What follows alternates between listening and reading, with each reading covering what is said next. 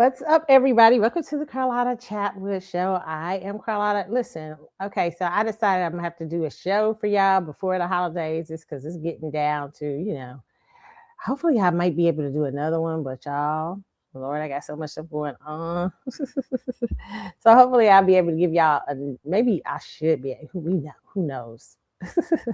Another show. If not, I'll see. Hopefully, I'll give you guys one for the New Year's. Let me see. Hold on, guys. So I got this. I'm trying to get this right here. Yes, now I still don't know what I'm doing here. I don't know what y'all be seeing. Hold on here. All right, you guys. Welcome to the Carlotta Chatwood Show. Okay, so I'm just here to do. This is going to be a little short show today. Kind of get some commentary and things like that out the way. You guys. So yeah, it's been a great week, man. Let me tell y'all. Wonderful week. I found out I aced all my classes. Oh my goodness, my first time having all A's in my master's program. Okay. Wow, I'm last time I got a B, I think, or something like that. But I am I listen, I'm excited. I feel so good because I worked really hard this semester. I really put extra effort into stuff. I really worked hard. So I listen, y'all. I'll be bragging. I'm happy. I am happy, okay? And so yeah, it's been really, really good. Y'all pray for me because I'm going heading on to my semester before my last one. So it's just, next semester. So God pray for me. Pray for, when you get to these parts of the thing, trying to finish up your journey and stuff trying to come after you. Pray that the ride is uh the journey be smooth. Okay, that's what my prayer is. Okay. So it's a lot been happening out there in the news, man. You know what, so I will get to that in a minute, but yeah, I had my aunt wrote me about cruising, and because she's been on cruises before, and so she told me about some of the tips I should uh look forward to in cruising. I've been getting a lot of, and some of y'all have been writing me, telling me stuff about cruising. I'm a little nervous, but I'm excited. I'm very excited about it. I can't wait. I mean, it's gonna come fast after January, I guess. I think once the January hits, it's gonna be really fast. But yeah, just a little nervous, but I'm excited about my first cruise and hanging out with some of the young ladies, some of the my Maxwell friends. So it'd be fun. It'll be exciting. And plus, the lineup is so good for Maxwell's Urban Hang Suite Cruise. It is really he really has a good lineup this year. And the Chiefs, it just everything aligned. The stars aligned. Even though I don't want Patrick to get hurt. Oh, it was so sad to see that. But everything aligned because there's no parade. So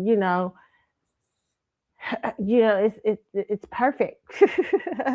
So yeah, so it's and the Chiefs are in the Super Bowl. So but yeah, I let me just talk to y'all about. I was thinking about that Patrick Mahomes thing this week, and somebody was talking about.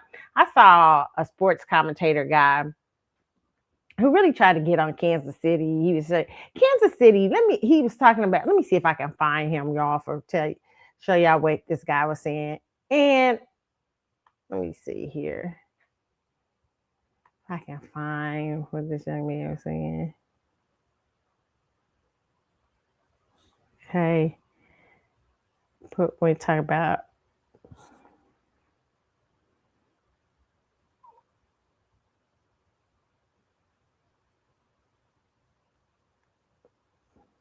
Mm-hmm. Okay, I just found something I wanted to.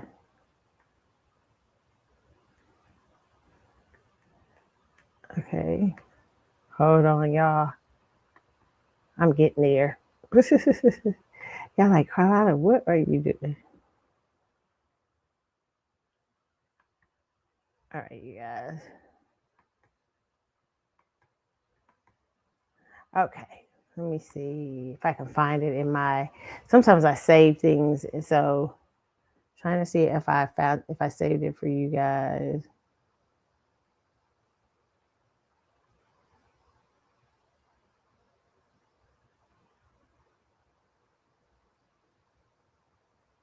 Um,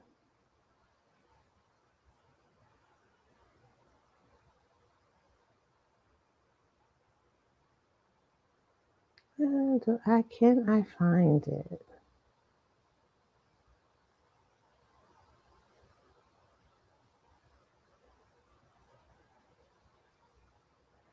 Okay.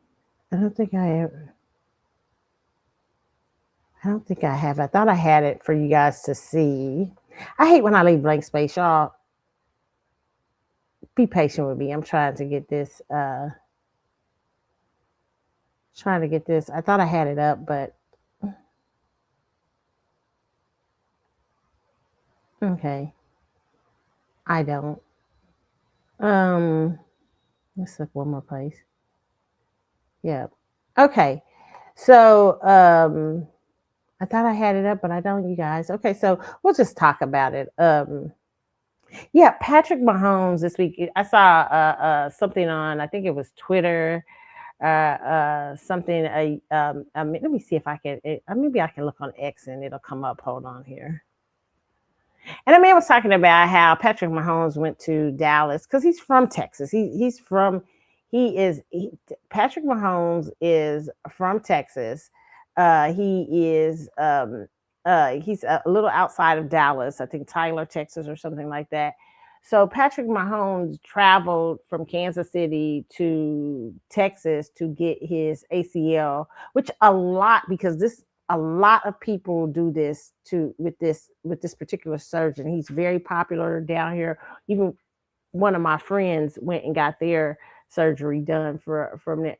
He's just a popular guy. He's popular with all the athletes from around the league. So it's just not Patrick doing that. He's the best in his field. So of course Patrick Mahomes wanting the best second opinion and wanting to get back right back probably right back out there. And then I'm told that some people say that allegedly the Chiefs people send people out all the time because some certain doctors do certain things, but this is all around the league. This isn't just one place. But this guy did this whole commentary about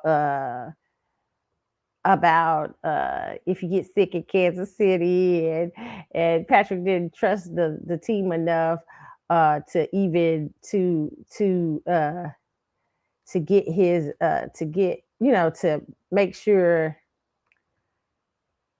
I mean, to do his operation, he went back to Dallas or whatever and stuff like that. So here's what I let me see if I can find it.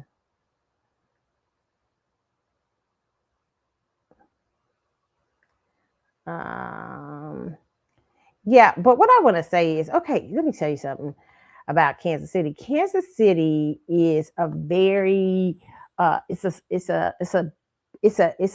it's a medium sized city, kind of, but it's very country down home. Um, uh, it can be at times. Growing up, I will talk about it. It could be mediocre. I will say that. Let me tell you something, okay? Very mediocre in terms, especially if you're a black person in Kansas City. If you lived in the Midwest, and this is what I knew about because my family would go different places and stuff. Like my grandparents would travel because they would sing and stuff like that. So sometimes I got to travel and stuff.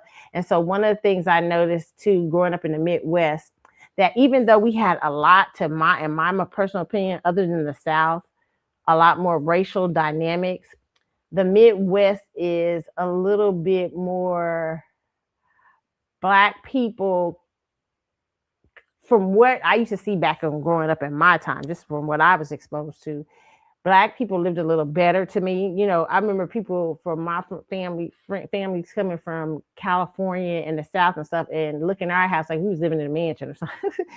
But the Midwest is still very a racial dynamic. It still is a very can be segregated at times. You could tell even in my neighborhoods now. They're gentrifying up the neighborhoods that I've lived in as a child. But when I was a kid coming up, the neighborhoods were uh, they were mixed, but they were moving out of that energy by the time the crack era came. So I explained to you a little bit about Kansas City.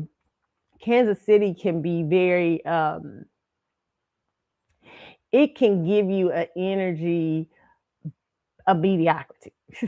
uh, I will say this: I love the Chiefs winning the Super Bowl because that changed the energy of the city. It really did. And for so many times that they won the Super Bowl, and I hope they get to a chance to win it some more. Um, it's just it's just a wonderful like feel. It has changed the city. It's changed the energy of the city a little bit, changed the ideas and stuff like that. So this man who said all this bad stuff about Kansas City, partly I'm going to say you're somewhat right. It's not it's not a metroplex like Dallas. It's not that. Kansas City is not that. But Kansas City is definitely a down home place. You find the nicest people. The Some of it can be racist. Don't get me wrong, but it is one of the most uh, if you want to do Christmas, Kansas City is a great place for holidays. It is they still have that Christmassy feel. They try to be, the Midwest is very, it's different. So yeah, it's like a Christmas. It still tries to hold on to that Christmas town feel and stuff like that. But the guy was kind of attacking Kansas City. And listen, why I understand the Hunts are really from Texas. Okay. So he was really attacking the Hunts. The Hunts are not from Kansas City. The Hunts if you know the history of the Kansas City Chiefs used to be here in Dallas, Texas. They were the second team with the Cowboys. They were called the Texans. Okay. And the father, Lamar Hunt, moved them to Kansas City in the 60s, right? And won their first Super Bowl, I think in 1969 or something like that, and hadn't won a Super Bowl till Patrick Mahomes showed up. I think we went to the championship game, and that's the Super Bowl I went to because we thought we were going to the Super Bowl. It was at like 94, 95 when Derek Thomas and all those people were on the team and stuff like that. And we went to the AFC Championship. We had Joe Montana, stuff like back when Joe Montana left San Francisco and came to when he had retired. And I mean, he was getting ready to retire, and he came to Kansas City after he left San Francisco. And really, it was a good run with Joe Montana. Joe Montana had been the most successful, in my opinion, quarterback for the Chiefs, and then Patrick Mahomes. Other people were good, but they weren't, and never rose to the occasion. The closest we came to a Super Bowl and we played the Bills, funny enough. We lost to the Bills in the AFC Championship that year. And I remember going to see the Bills versus the Dallas Cowboys, right? And the Dallas Cowboys won. So that was the year I went. That was my first Super Bowl. Me and my one of my best friends went, and we had a blast. And it was so funny because everybody was offering us money for our tickets and stuff like that. It was crazy. Okay. But so Kansas City waited a long time. It never had a Super Bowl. And so for it to have 3 Super Bowl, to be in the AFC Championship, because the Kansas City loves the Chiefs. Okay. So especially during the year, Marty Schottenheimer years and the Carl Peterson years really brought a resurgence of football back into Kansas City, but they just never could get over the hump of winning the Super Bowl. And to look up and get Patrick Mahomes was just wow. And so what I will say this about the Hunts, I will say that the Hunts have had the lowest facility, I think, ratings and I've complained about the Hunts on here before. The Hunts have had the lowest facility ratings and stuff like that from the players in football. I think the last couple of years. I think the Hunts should be ashamed of themselves because they promote Christianity all the time. Even have a church, which I thought was really neat. They have a church that people can go to before the game so they won't miss church, right? But I will say this about the Hunts. I feel like they have to be more invested in the city. I don't see them invest as much in the city. I don't know. Maybe it's a secret. I don't know what, when I don't hear about, I used to hear about Kaufman, who used to own the Royals. He was very invested in the city. But I don't hear that much about the Hunts. I do hear about Patrick. Patrick has done so much since he's been there. I think him and his wife have invested in like a sports team. He's opened up tons of restaurants. He's like tried to make it like a mini Texas. He's got like all the Whataburgers and stuff like that. But I have always said because of the energy of the city, you have to navigate how you win. Like I always thought it was a mistake when I that Patrick signed 10 years, even though now I can see it ended up being good for him. But you have to a team like the Chiefs because in that town, uh, winning is so it's such a it's they they're okay it for Patrick, they're okay. They almost kind of you can kind of almost because they've had three Super Bowls in a row and you should be grateful and everything like that. But Kansas City will almost acquiesce to it, like and be like, oh well, that's okay. We've had three Super Bowls. We're going back to the same. But if you're a person who is a winner and who is on a trajectory to win and stuff like that, you have to contend with a spirit of mediocrity. I will say that there. Oh my God, I love my hometown, but it's true. Okay, there is that energy in the city because it's a very comfortable place to live. Okay, and so there is a that even though there are things in the city that are not now to me. If you're black in Kansas City, that's a very different story. Your experience can be very different, but it still is very comforting, right? But it's a lot of other things that come with that. But that's a whole nother show. But I was just talking about what this man said about the city and Kansas City and everything. I go there often. I am from. I'm, and sometimes I stay. I stay for like a week or 2 weeks and stuff like that. So I get the idea of because my grandparents are there. So um, um, so what I'm saying all this before because I'm going to use this as it's a word today. Patrick Mahomes got hurt in a city, well, I won't say the city. I will say because the city has been learning about winning. What I think Patrick Mahomes did for Kansas City is tremendously valuable. He brought an energy there of don't go for the gusto. Don't give in, right? Because he came there and contended. Because listen, it's even in the sports teams. The sports teams, if they win a little bit, then they'll wait for like 20 years. But Patrick Mahomes was like, oh hell no, I'm a winner, baby. So I feel like that he's shifted energy that has been so mediocre. But and here's the funny thing, the early years of Kansas City were not like that. It was very artsy, jazzy, but it had a lot of history of mafia violence and rumors were the city forefathers didn't want the mafia and stuff coming back there. So they changed a lot of the city. That's a whole nother story. But to why the city you have a spirit of mediocrity and comfort to contend with. Okay, so when you're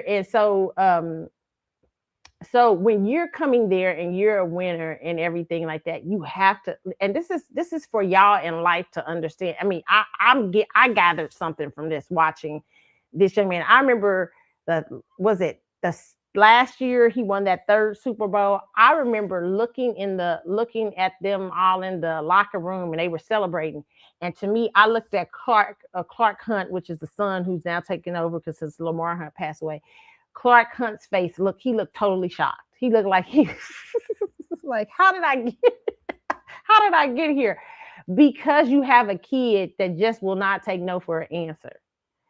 Powerful, the powerfulness of Patrick Mahomes has been something, and and to me, when you have that kind of energy that God grants you with, like Jordan and stuff like that, those are special. I was listening to something of Jordan when he was talking the other day and how he didn't expect. He said, "I never expected to be where I was, but I just put the work behind it."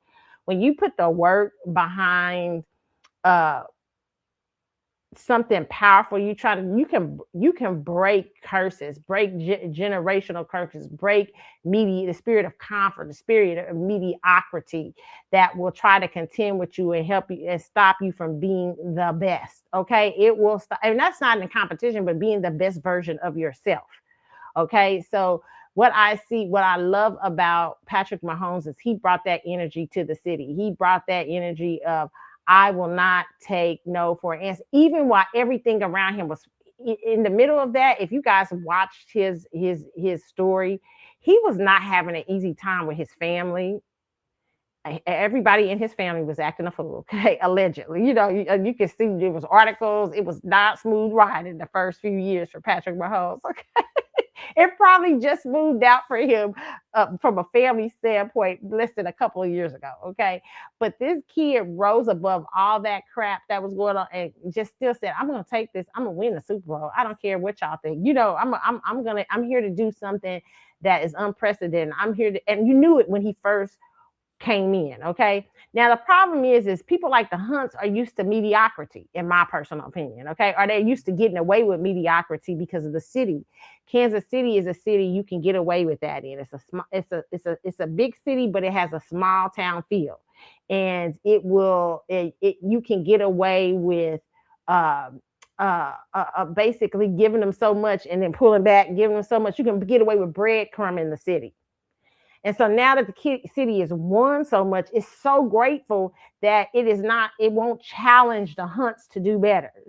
Because I know that kind of energy. Okay. So it won't challenge. So the Hunts, the real thing is you should be embarrassed to have a facility that's less than, and that's nothing about what this guy is saying. It was just funny to me. You've won you've won four.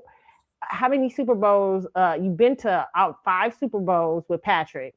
You've been in the AFC Championship for the last 11 years. You've won 3 of those Super Bowls with Patrick, 4 altogether. There is no way in hell your facility should be a bum like.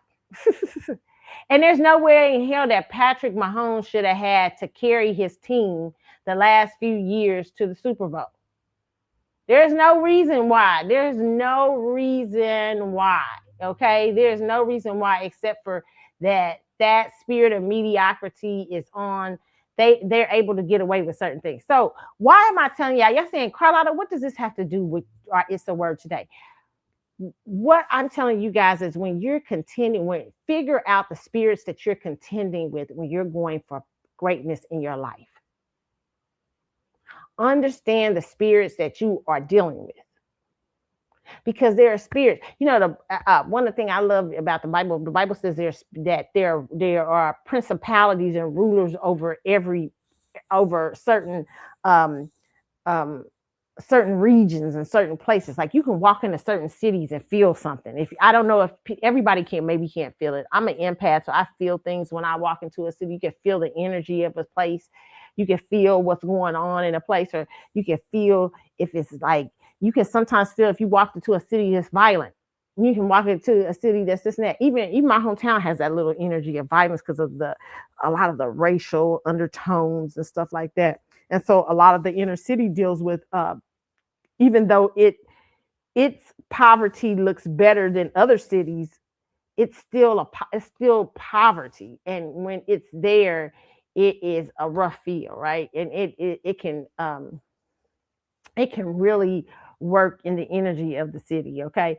So what I'm telling you is understanding what the spirit, I don't know if Patrick Mahomes understood. And that to me is one of the reasons that he got that ACL. He got 2 ACL tours and stuff like that. And part of that was that Patrick has worked almost 3 years with no line. 2 years maybe. That hasn't been the best line. He's carried that team. He's drugged. This is how good of a player he is. That's why I can't deal with nobody comparing him to other people. They just yapping on television so they get ratings. You cannot compare that guy. That guy took a whole team that has been mediocre to the Super Bowl 5 times. He's been 5 times in the last 6 years. Lost twice. Crazy work. Crazy. Okay.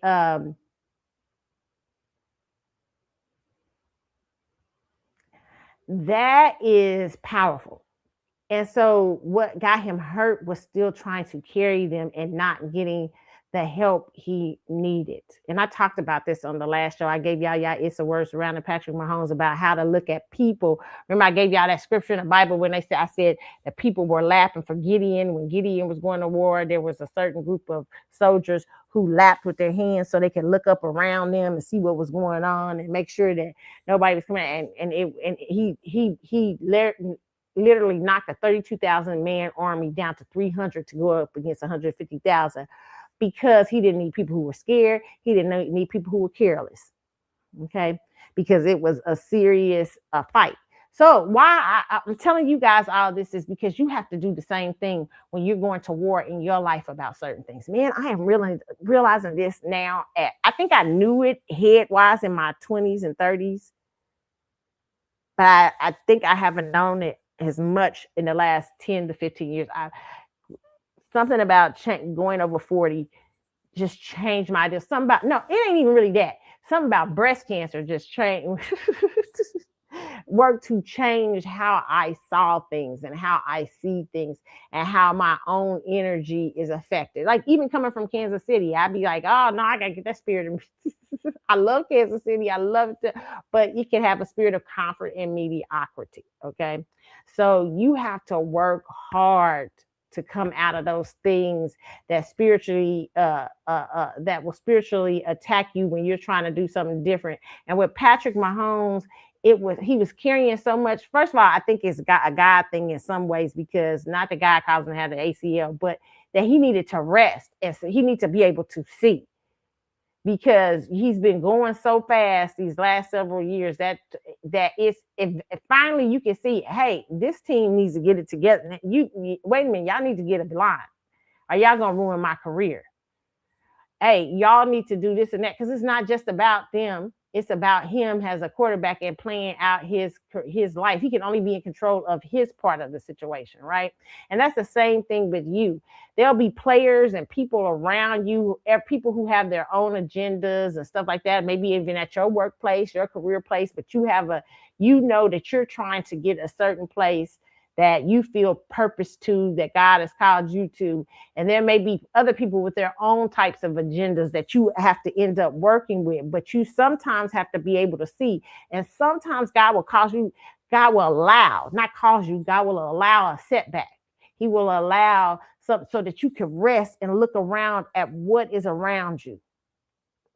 Because sometimes you're picking up the load and the weight of mediocrity, of carelessness, of not being as invested as you are and everything. You picked that weight up and you carried it so far, but now you're breaking down under that weight. And the reason why is because you need a new team.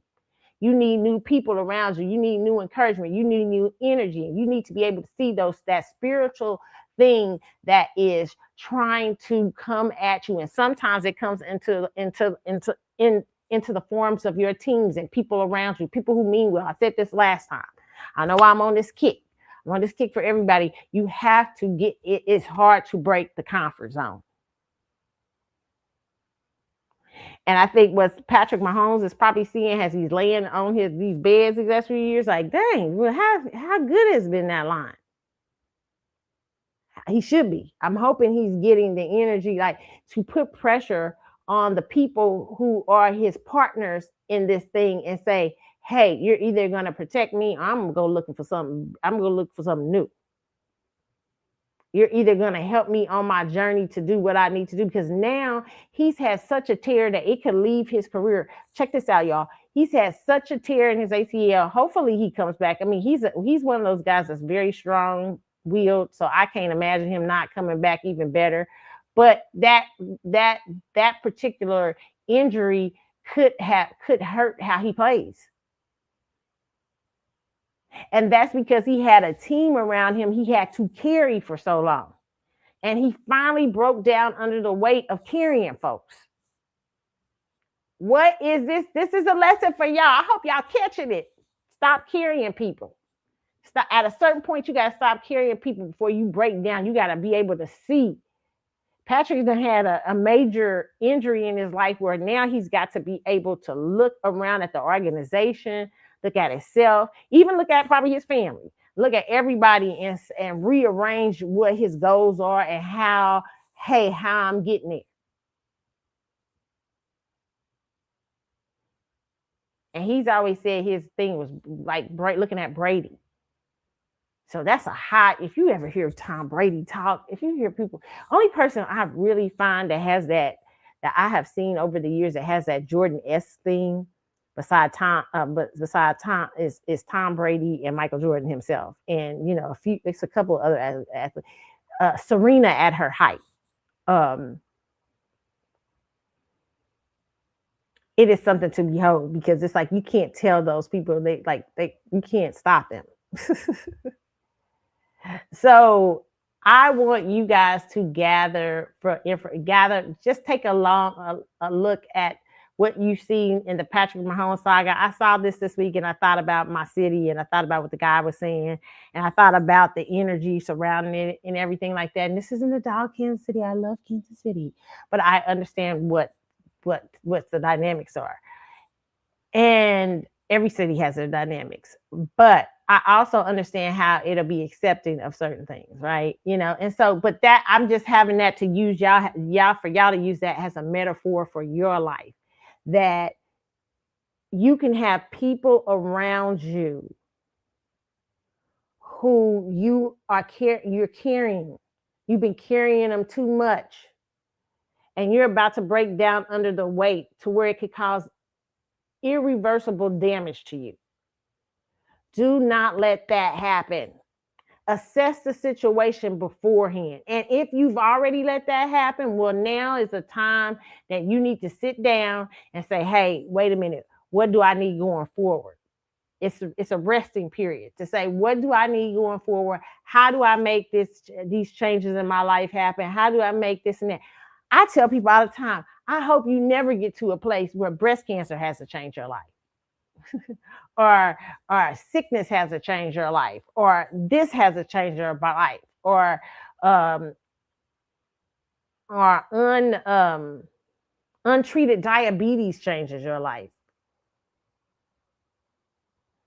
It's it's I'm hoping that you never have to get to those places.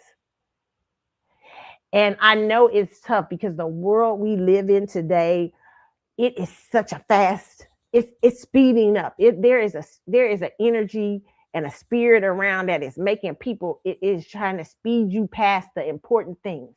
Speed you when you come home from work. You don't know what to eat. You might eat junk. I understand. I'm there. I get it. You do this or you do that, and you're not taking care of your health as much, or you're not taking care. Are you so busy taking care of other people you lack taking care of yourself? Are you so busy seeing other people on their journey that you fail to take care of yours? I am telling you to be very attentive to what is important. Who's holding up their ends of the bargains with you? Who is help pushing you forward in your destiny and your destination?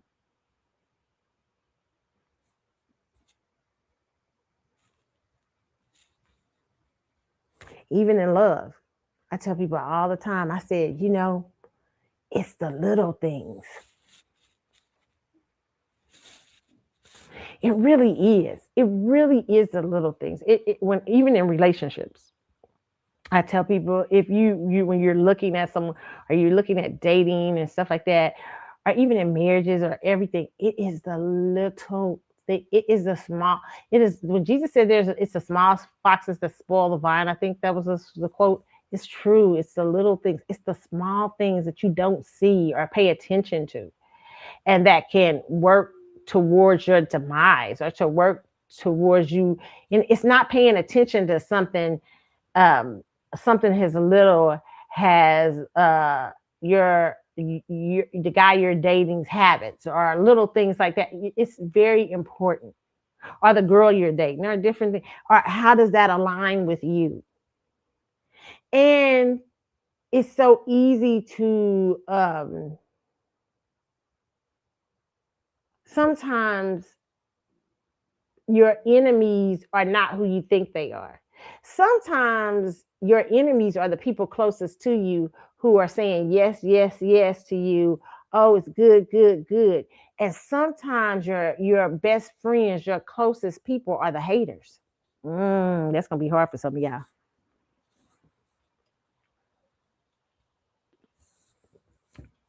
Sometimes the closest people to you are the haters, or what you consider the haters. I don't consider now haters are haters. That's a different story. But there are some people that y'all call haters today who really have constructive criticisms for you, and you don't want to listen to them because you're used to yes men and people popping off around you, making you comfortable.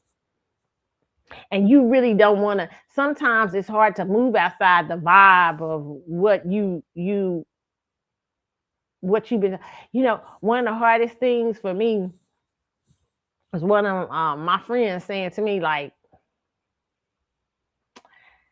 one of my friends said to me, said, "You know what the problem is with you?" I said, "Damn." And it was right. And even though it made me mad, I was like, "Shit, she right." She said, "The problem is with you is that you don't have to go as for you feel." She said, "You become comfortable to a certain point." She said, "You can still be considered." Uh, and this isn't y'all me bragging on myself or anything like that. Y'all know, even though y'all know I love taking some selfies and all that, but no, it's not me bragging on myself at all. But she said she said you still, she said you can still be considered pretty plus size. She said, but she said, so it's you comfortable in that. You all right with it. You all right because you don't have to be. I was like, whoa. And she was like, it's till you understand how that affects you, your life, your health, and everything like that, is when you will start changing that stuff. She said, but you got to get out the things that make you comfortable and uncomfortable. She said, you still got, she said, and I said, dang, you right. Like she said, hey, you got to move in terms of how you think of your body, what you think of is best for yourself. You're comfortable in it because nobody's made you uncomfortable with it. And I thought, damn, it sounded like at first it kind of sounded hating, but then I was like, shit, she the fuck right. You know what I'm saying? And this friend never sugarcoats things for me. She never does. And I appreciate that about her. She never sugarcoats it. She never, like, I was having this specific thing go on and I was trying to decide whether I should trust something. And she was saying to me, and everybody else was saying, oh, well, maybe, you're right about something like that. And she was like, when I talked to her about it, I remember she said to me and said, well, that's an easy thing to look at for yourself. And I said, what is that? She said, uh, this particular friend or person I had in my life, and I was trying to contend with letting this person go as a friendship because I kept feeling like it was turning into a situation where I was always doing things or I was always. And she said to me, she said, on an energetic level, it seems to work because that's been your dynamic for years. So on the energetic level, she was like, you get something out of that. But she said, when you really look at it other than comfort and used to that person being there or that person doing something, how does that help your life? How is that person affecting your life? How are they changing your life? How are they contributing to your overall everyday? Like now the dynamics have changed. You're in a different place. They're in a different place. Okay. So the dynamics with you have changed. Have they adjusted their dynamics for the new version of you? Have they adjusted? And I was like, no. Have they adjusted their dynamics to want to be a part of your life, to be, hey, to see where you are and stuff like that? And she was like, so basically, no. What do you need them for?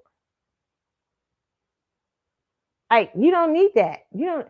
What? It's just taking up a lot of space. It's just one more person. And it was funny what this friend said. She said, it's just one more person you got to say happy birthday to on Facebook. But she's hardcore. But I was like, wow. But it was true. It was a little bit true because I was like, she was like, that's a waste. If people are not, if you're contributing to someone's life and they're not energetically has a friendship or even a relationship, bringing anything to the table for you, or bringing anything like to your, like even a sense of encouragement or anything, then the dynamics have changed. And she was basically saying that it's a lot of energy to chase that friendship when you're home. Like when you get home from when you come home from Texas, and you trying to call them up and trying to set up dates and stuff like that and everything. It's a lot. She's like, no. She said, and all that is just telling you're at a different energetic place. And it's no offense. It doesn't mean anything to her, to this person, or me. And that's it. And I say that for you guys in relationships. I was just even talking to a young lady, a friend of mine, about this the other day. And she was talking about a guy who really she liked and everything like that. And I've had these. I've talked about this, I think, on here before. But she really had to check. She really had to. She had two choices, 2 or 3 choices with the guys that she was dating or looking. And one of the guys,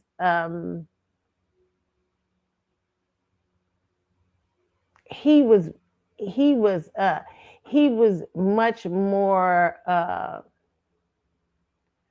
interested in who she was as a person.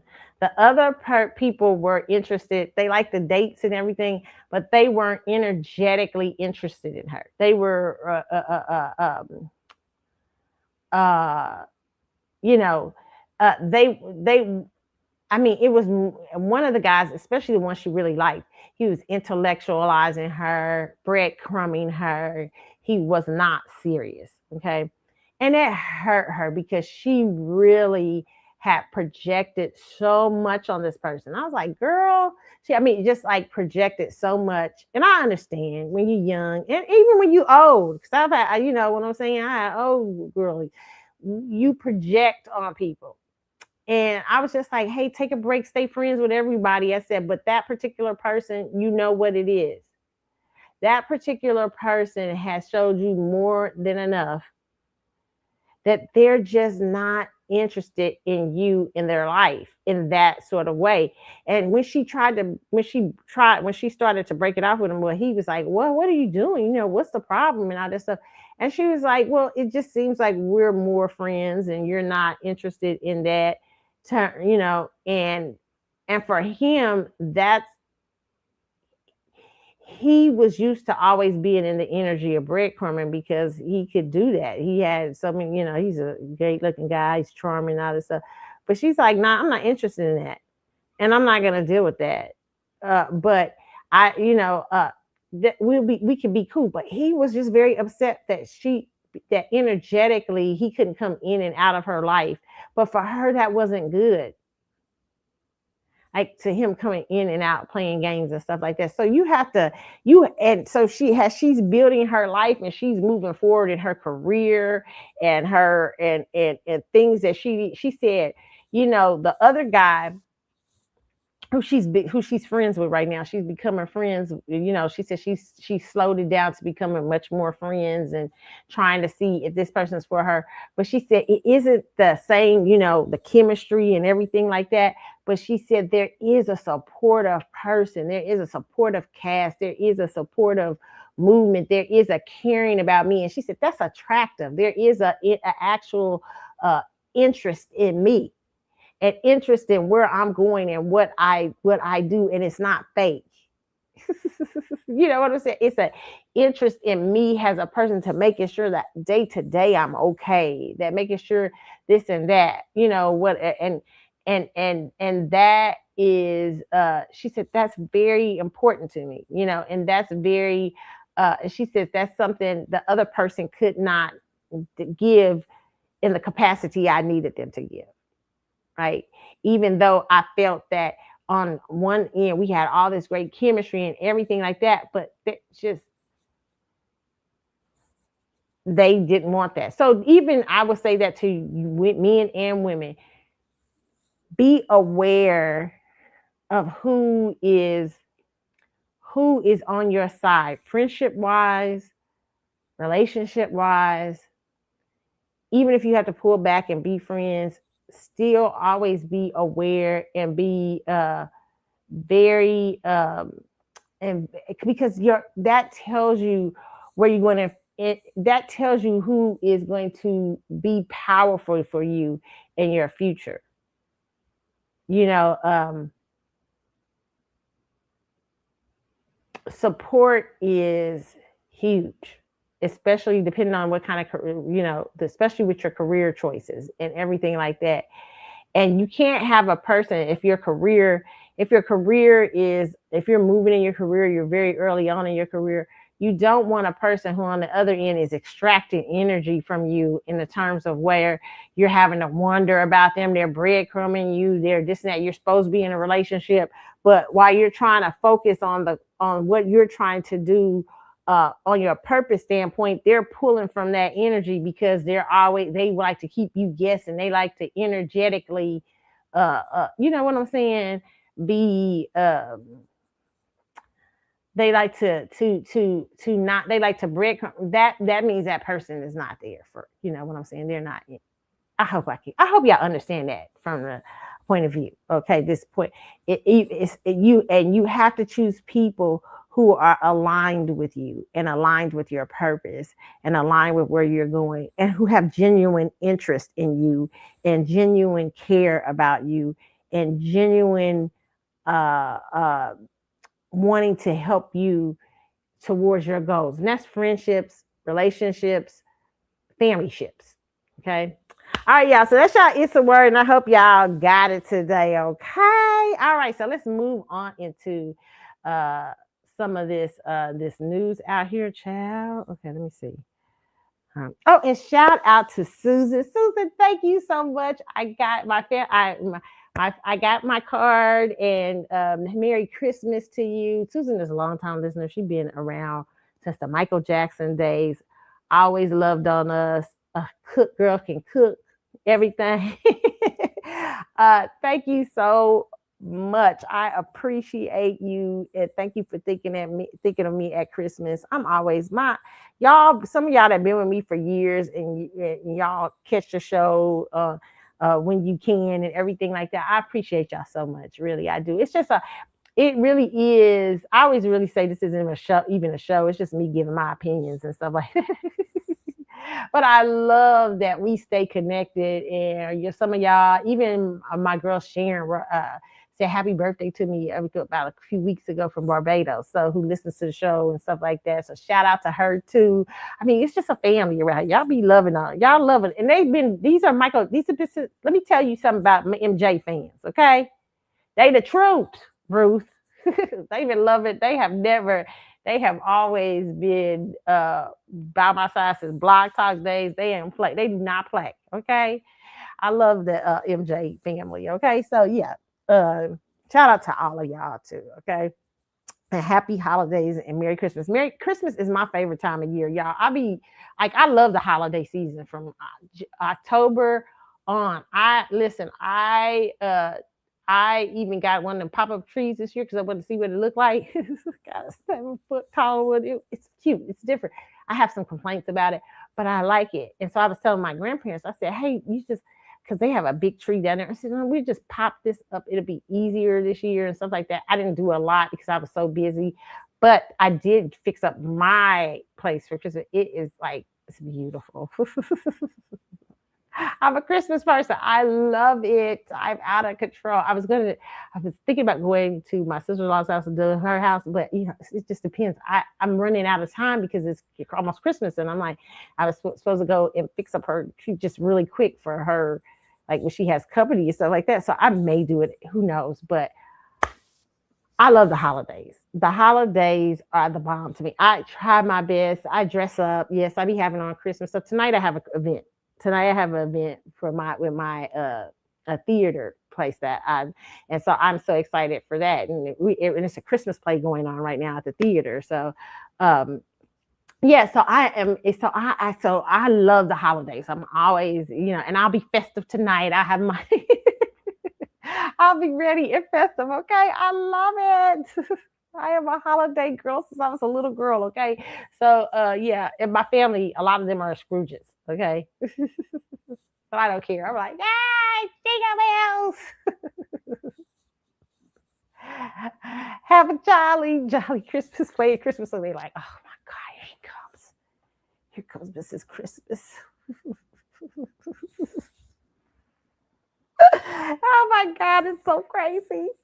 Love it. And then I have two besties that we always spend we spend the night together, hang out together before Christmas. And so this year I have a fun activity for us to do. Because we always do fun activities and stuff. And so one of them is I bought these painted Christmas trees. We can all make Christmas trees. We have these really cute little black girl aprons to do it. It's so cute. I'm so excited about that and everything. I think they'll like it too. They think it's a Maxwell. They're like, we're not gonna be paying Maxwell, are we? I said, this is sad. No, you're not going to be painting Maxwell. Are we getting posters this year? I mean, are we getting T-shirts with Maxwell on it? I mean, what are we getting? I don't want to be surprised. No, you're not getting a T-shirt. I'm sorry. All my friends have asked that. No, you're not. I'm not giving anything Maxwell this year. Shocking. I didn't like the pictures. Okay, yeah, duh. No, Maxwell. But you know what? From the cruise, I think I'm gonna bring y'all something.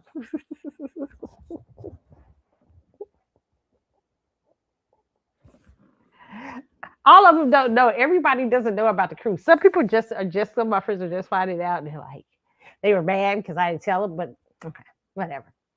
I'm still so excited. I'm like, so some people are listening to the show and say, "You're going on a cruise." One of my friends who hates Maxwell was like, "Bitch, this is too far. I'm putting my foot down." I was like, "What?" I'm putting my foot down to the Maxwell shit. Enough. I know you don't like Pretty Wings that fucking. You can't like. I done been to the show. You can't. I'm like, I do. I'm a big Maxwell. Then she's like, you were back in the day. You were a big Maxwell. I said yes. She's like, okay, but this is you're going on a cruise too. Yes. Really? I said, it's other artists on there. When she heard the other artists, she was okay with me. She gave me her blessing, but she was like, she said, it's too far. I'm doing too much. And she said, how the fuck did he bring back a cruise? Because years ago, we were going to go on a cruise, me and another friend. And so she knew she was thinking about going with us when he had a cruise. He had a cruise plan years ago. And I was so disappointed because the cruise got canceled. This was years ago. Okay. And so she was laughing, said, how the fuck, how does he end up bringing back a cruise? She goes, because you were so sad. She said, it's like an energetic. Did he energetically feel one of my fans is sad? I'm going to bring back a fucking cruise for her. I said, I don't know. But I was really hurt by that. She's like, this shit makes no sense. I'm tired. Enjoy your cruise. I said, see, I do. I finally get to go on a Maxwell cruise. This is that.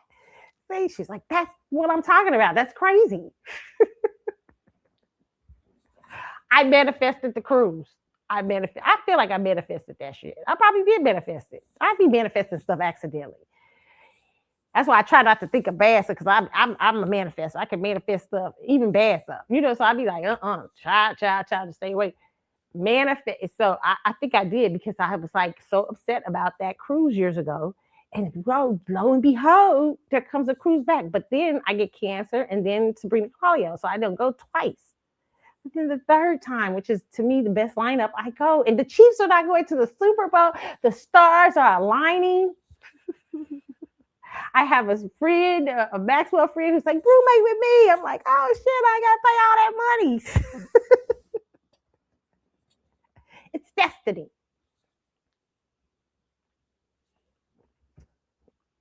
You know? My friend was like, I'm surprised. You usually like your own stuff, like your own, but this person is nice. So I'm excited. Yeah, I do. I told her if I win the lottery or something, yeah, I probably do, yeah, and hang out with her. But yeah, I probably would do that. But yeah, it's expensive ass cruise, okay? But yeah, so I'm excited about it, y'all. Okay. So that's that. Okay, so let's get into this news. All right, let's talk about what they're talking about out here because I got to chat. I got stuff to do today. Um, let's see. I don't know what story I want to talk about first. I mean, let's talk about Abby Phillips because y'all are so hot. Y'all got so mad about this thing with Abby Phillips. Y'all got mad about this, and it was an article on the Griot about Abby Phillips presses panelists over claim that some cultures aren't compatible with the United States. Hold on, let me look up some here. And I don't know what people was getting so mad about this.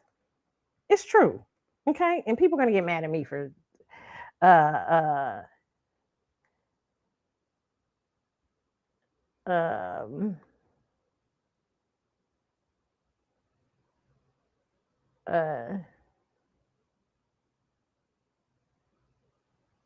okay, let's see.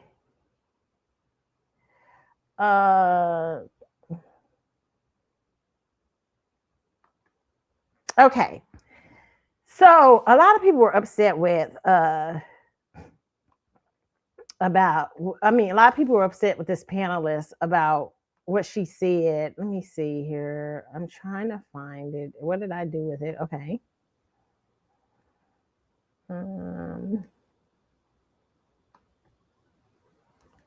Okay. I'm gonna get there. Okay, from the Griot. Let me see if I can share it with y'all so y'all can see. But while I contend there is racism in America and deeply embedded into the American way, it's almost a part of the bloodline. There are some things that we have to look at, even when people are coming from a certain place, that we have to take the racial stuff off sometime, in my opinion, and be able to see and understand from a different point of view. But this young lady was saying on here, this is from the Griot. It said Abby Phillips presses a panelist over claims that some cultures aren't compatible with the U.S. Right? Okay, and let me. Y'all hold on. I gotta add it to the stage so y'all can see it. Okay.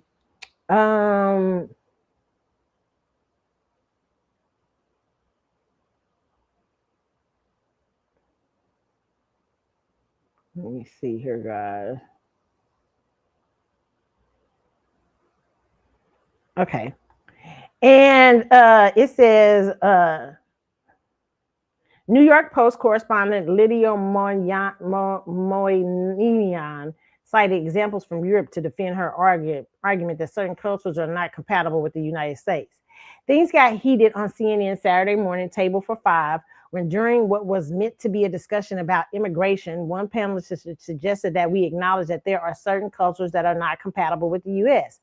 Anchor Abby Phillips confronted New York Post correspondent Lydia Moynihan after she argued that some cultures are not compatible with the United States and therefore should not be allowed in the country. Phillips repeatedly pressed Moynihan, I don't know if I'm saying her name right, to clarify what she meant, forcing a national conversation about culture, immigration, and where we draw the lines without dehumanizing people who are fleeing violence, persecution, and extreme hardship. The exchange came in wake of renewed controversy tied to President Donald Trump's inflammatory remarks about immigrants from what he called filthy, dirty, disgusting countries with high crimes, explicitly naming Somalia. When Moynihan echoed arguments circulating on the right about cultural incompatibility and suggested that certain cultural norms are fundamentally at odds with American values, Philip didn't dodge straightforward questions, okay? Let's see if they got this up here so you guys can see this. Need to acknowledge, I think we should absolutely select the best of the best. Mm-hmm. It should be an individual choice, but I think we can also acknowledge there are certain cultures that are not compatible with America. Which ones? Well, if we look at Europe, actually, there was a lawyer this week who argued that an Afghan immigrant who raped a woman shouldn't be charged or shouldn't have a penalty because his culture said that women weren't free and equal. We're seeing 77% of rapes in France are from migrants. So there is a real question that people on the right have about certain cultures. What are the cultures? The cultures that are okay with that. The cultures that are okay with female genital mutilation. So, I mean, is it Afghanistan? Is it Africans? What is it? Like, well, I would how are say we in gonna Somalia, define 90+% culture? of women have female genital mutilation. How are we gonna define culture? What about the people fleeing female genital mutilation? Are you gonna allow them in? Are they allowed in? I mean, if you are Somali, if you are Somali and you're a woman and you're fleeing, who were fleeing, you're actually trying to leave because you. Them. The FBI is now arresting people for bringing that with them. If you want to leave another country, Afghanistan, because you want to be able to read, the United States says you are not allowed in because culturally you're not compatible with this country. How does that make sense? Well, I mean, look, my grandparents came from Germany and Poland to escape the Holocaust. And before they got here, the whole USS St. Louis was turned away because Jewish culture was determined at that moment as non-compatible. This is why vetting matters, though, and this is why but I'm just saying, like that was not okay then, and it's not okay now. Okay, I'm gonna say something here because Abby's not dumb. Abby's a liberal. Okay, listen, and I'm not liberal or conservative, even though I lean sometimes a little bit more conservative. Some things I lean more liberal on. Okay. Yes, you need to vet people who come into the United States. Vet all cultures, all people, all black, white, pink, purple, yellow. That young lady is right. Whether you think she being racist or not, that is very true. Some people bring into the country, like for instance, Sharia law.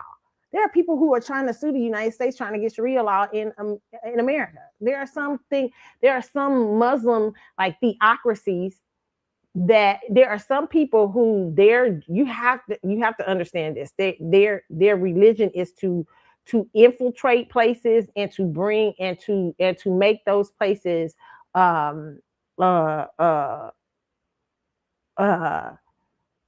thing for their thing, a thing for certain things. Now we know in the United States you're free to practice religion freely as long as it doesn't harm anyone or harm people and stuff like that. Okay. Even though the United States kind of has a tradition and a background connected to Christianity, but the church and state are separate because so there won't be any persecution. They're supposed to be separate. Okay. We know sometimes some politicians try to bring them all together and stuff like that.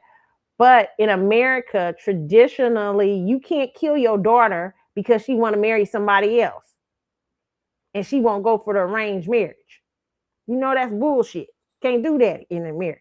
You might do that in a theocracy over in Arab nations or different countries, not just Arab nations, or even some Christian countries or something like that. But violence, it's not done. But there are a lot of people who try to bring those laws here and try to bring their way of life here and then get mad when they get arrested or they get this and that for doing things that are not United States, that the United States has and the Constitution are against. Some people come here from other countries just to make money,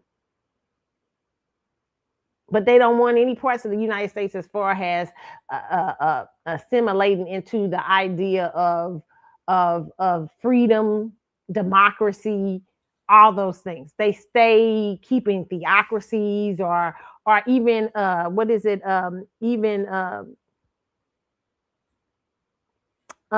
monarchy shit. Like even if you're from Europe, you can't. If you're from Europe and you come to the United States, you know we don't believe in monarchies. We don't give shit about Charles. You know we see over there, but most United States people is like, damn a king, right? We vote in these dumb officials we got over here that show our dumbness. But we are not into kings and queens. That ended in after the American Revolution, war. But if you believe in a monarchy, you can't come over here and say, I think America should have a monarchy. America is totally against monarchies. America has kicked out a monarchy. That America's history is built on kicking out monarchies. Okay. If you come over here and you still believe in slavery, okay, even though America spent a lot of its energy and time, it was built from slavery. America has now done away with slavery. You can't come over and say, I want slavery back. America is against the Constitution. It's against the freedom. So America is not compatible with you or your culture. If you come over here from a culture and you believe in evil forms of your religion and that you want to practice black magic and all kind of stuff, you want to practice putting spells and all kind of craziness on people and doing all kind of illegal things, sacrificing people and all this stuff, and you say, hey, that's my religion. You can't interfere with my religion. It's freedom of religion. No, in the United States, if you kill somebody because you sacrifice them, that's murder. And you're going to jail. You can't say, that's my religion. It was a father I saw on the ID channel the other day because his daughter was going to high school and everything, and she started taking up American ways. He was Muslim, but when he came in America, he did not try to take American ways. He kept to his old parts of his Muslim religion and trying to control her, who she married. And he got mad because she was dressing more like her and her sister were doing more like the kids at school, doing this and that. And he murdered his 2 daughters and then ran over to overseas. They had to find him because he's trying to practice that law, his religious laws in America. You can't do that. That's what she meant, Abby. You ain't fucking dumb. Quit playing. That's why I say they be trying to start stuff and trying to make it from a racial component. Okay. And besides that, no offense, just she knows what it is. I'm not, and sometimes you got to be able, yes, as American, you have to have some compatibility with now what they'll try to do is people like that to say, well, what about Black Americans, because people thought they weren't compatible. Black Americans built America. Black Americans are not the same. That's not the same thing. It's not that we are not an integrated. We are not immigrants. We were kidnapped and betrayed by Africans. We were betrayed by our African culture, and we were kidnapped by white folks and brought over to America. And we have had 500 to 600 years in America. We don't even consider ourselves Africans anymore. We no longer that. We have an African background. We don't even know nothing about it. Most of us don't know too much about it. I mean, we don't know what it's like to live on the continent of Africa. We don't understand that Africa is a continent. We don't understand it has different countries, different this and that, blah, blah, blah, blah, blah, blah, blah. Okay. We are very Americanized. Now, we are what we are for America is for those people. We are what I call I think Martin Luther King called the moral compass for America. This is where you don't go no more. You do not treat people as a property. That was illegal. It was illegal to your own Constitution. They had to call Black Americans 3/5 humans. They had to not even think of us as humans to get around that constitutional law. The sociopaths that was running this country at the time. They had to think of something because they know their Constitution said all men are created equal. And Black people in America had to fight. Black Americans had to fight for that. We do not have an immigrant background. We did not come here on our own fruition, and we built this shit. Matter of fact, the Statue of Liberty was given by the French, not for an immigrant symbol. It was about slavery and freedom. Look up the background, look at the history. Over the years, y'all done changed it. Okay? Black Americans are in the soil, embedded. Okay, we don't come here with other ideas. We are the idea. We patriots. We are ingrained into the system. And there may be a few dust that will change up something here and there, that adopted something out on the outside here and there. But for the most part, we're Americans. More American probably than any group. Not no offense, okay? But what I'll say to other groups, when you come up here, you can't bring Sharia law. You can't bring laws that are not American. Will get you in trouble in America. Now, for Abby, we do have things like that. We have refugees that you can come here if you're running extreme persecution. America has always been open. And yes, America can be racist. But America has always been open to that. Now, what the Bidens and stuff were doing what that administration and what the Democrats were doing was trying to replace. Listen, black people haven't got it yet. They was trying to replace y'all with immigrants because they don't like black Americans because you are the moral compass and you make the Democrats do right. They don't want to do right. They want to be just as racist and vile as the other groups, but they can't because they too dependent on you. You become a part of their thing. And so they was like, they was trying to get some new people in here to be grateful too. And you got to be like, nah, that's bullshit. Contend with us or contend with no one. But y'all keep falling for it. And then y'all keep falling for people who do not share your background speaking for you. And that's just like you got Joy Reid running around here. Joy Reid is not Black American. You have Abby's not Black American. I like them. I respect them. But they're not. You cannot speak about. You can speak on my historic thing, and you can give your thoughts, but you are not a part of the group. So what you're speaking has an outside. But you let people mask themselves, play in your face. And because you don't understand globalism, because here's the thing, Black people, and I've said this constantly. I had to talk one night to one of my friends who's a big Maxwell fan. She couldn't get it. It was hard. And then it was very hard for her to get it. It probably still is. I said to her, I remember I said to her, Black America, even though we have been a global phenomenon because we are American and America is a superpower. And with the advent of television and radio and all this stuff, Black American culture was sold throughout the world. And behind that culture, the reason why we were so much behind the world, you talk to Africans, anybody, they'll tell you, we looked up to Black Americans. Black Americans, we get the Black Americans magazines, we get this and that. Black Americans, who we got our style from, who we this and that, musically, everything around the world, not just Africa, around the world. You can see our influence, okay? But meanwhile, in America, even though Black Americans are having this powerful experience, and there are some engrafted into the Black American experience who are not Black American, but they play Black American, okay? They cosplay Black American. Okay, you have them into the system, right? You have them engrafted into the system and stuff. But their experience is still not like traditional Black Americans. Black America, while they're being globalized, while their culture is being globalized, while their ideas and things like that of who we are being globalized, we are not being globalized. We are impoverished in our country. Very few of us at that time had traveled outside the United States.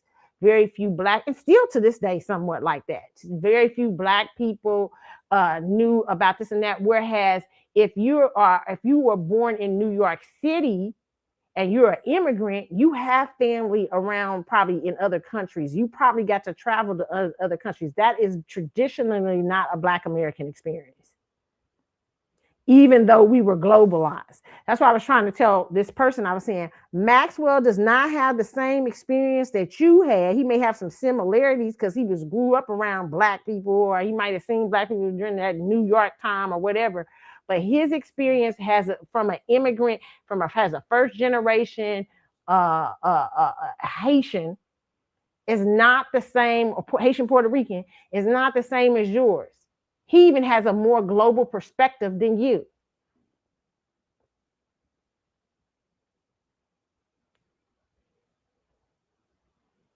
It's very few of us that were raised to speak two languages. I think he speaks two or three languages, doesn't he? I think so. Because he has foreign family. His perspective is global. His perspective, he might understand or adapt to some of the Black American things because Black America is the dominant culture in the United States for Blackness. And he adopts to that because he has to sell his music and all that shit. So he knows your colloquials, he knows your terms and stuff like that, but his culture is not the same. I try to tell people, and I just used him as an example, okay? What Black people we in America, we don't see Blackness. We see because we're not globalized, we think everybody Black is having the same experience. And a lot of Black foreigners and immigrants have been able to play on that shit. They've been cosplaying. I'm not saying that's Maxwell, but I'm just saying they've been cosplaying Black people, but really not on Black people's side, really don't got the same beliefs as Black people, really don't share no kind of feeling about your stat. But you see all Black people as having your experience. They are not. Every Black person doesn't share that. Even in ADOS, we have different beliefs and different things, or FBA, we have different beliefs and stuff, but we do, for the majority part, except for a straggle few, most of us be on code a lot of times in America. We understand the thing. Okay, and then you get upset because you like, when you see Westmore not wanting reparations. Now, some Black Americans that don't want reparations, but it's a small, you get it. But it's just like, it's too many of us on the Democrat side. A lot of us will vote Democrat and stuff because they was the nicest to us. And that's just something we got to just get out of. That's not smart. But I mean, because we got to just get out thinking politicians got to be nice. We don't really care. We just need to get our agendas done, no matter who you are. But the reason you're so discouraged when you see somebody like a Westmore, let me put that up with him recently.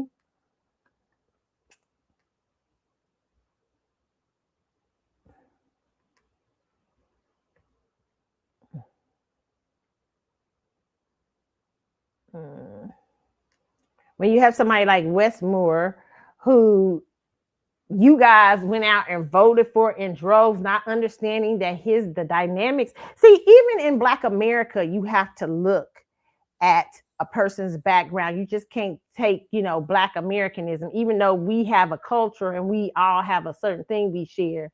You still can't just you still got to look at a person to see their beliefs and their factors, let alone when their background is from somewhere else. But Black people tend to think all Black people to be all Black. Like we thought of Barack Obama. We didn't globalize Barack Obama as we should have. Barack Obama grew up in Indonesia in his young childhood. He had a white mama and a Kenyan father.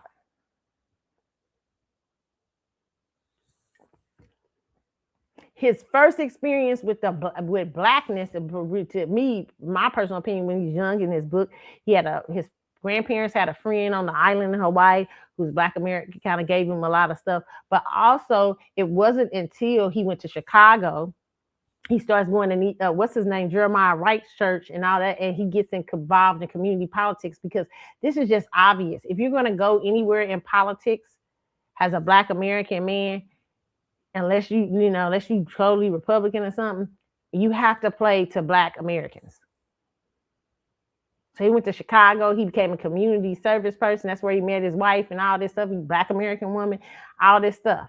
But that's where he got culturally understanding of Black Americans. But he's not Black American.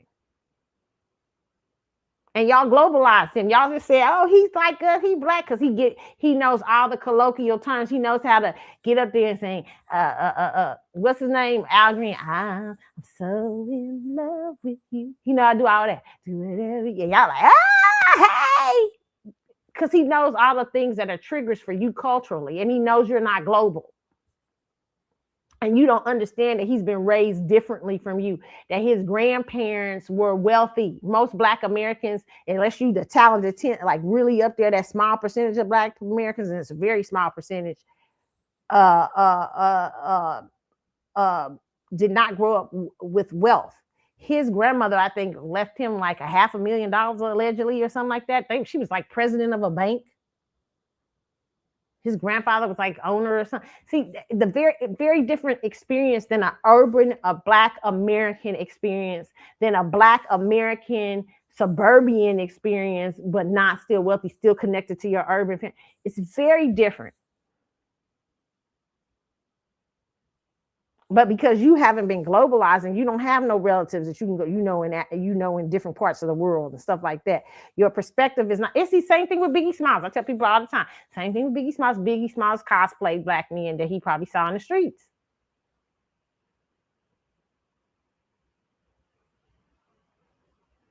But culturally, That's not who they are. And so you have to ask questions. Okay, like Kamala Harris did the same thing to y'all. Join AKA Skinny, all that whatever, all that crap. Okay. But y'all only see her as, oh, she black because she like Tupac. She black because she can quote Tupac. No, they know culturally that is what y'all like. Culturally, this I have to play the Black Americans, but I didn't grow up like that. I grew up in an Asian family. I didn't really have that much Jamaican influence either. And my family's background in Jamaica was typically wealthy. But y'all globalized her because she knew how to talk the talk, sound the sound. Bullshit.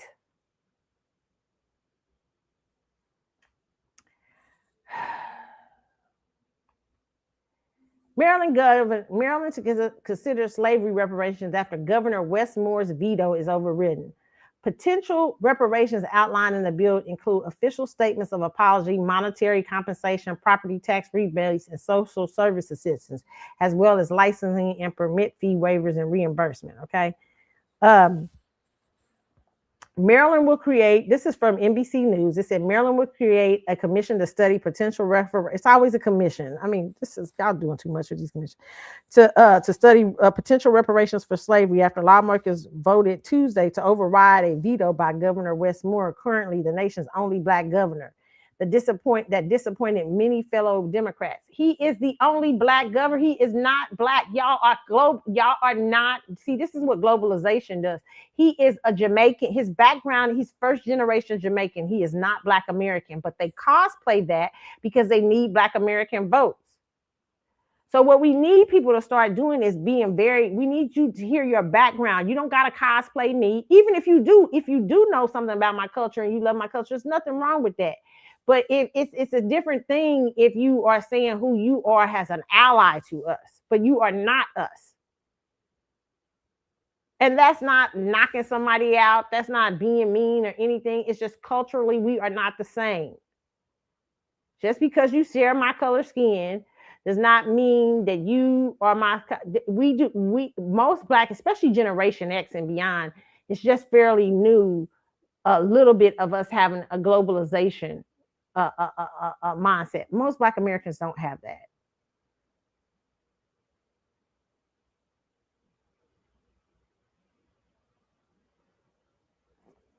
And you do have the top 1% of Black Americans, very small, and very, very, very small.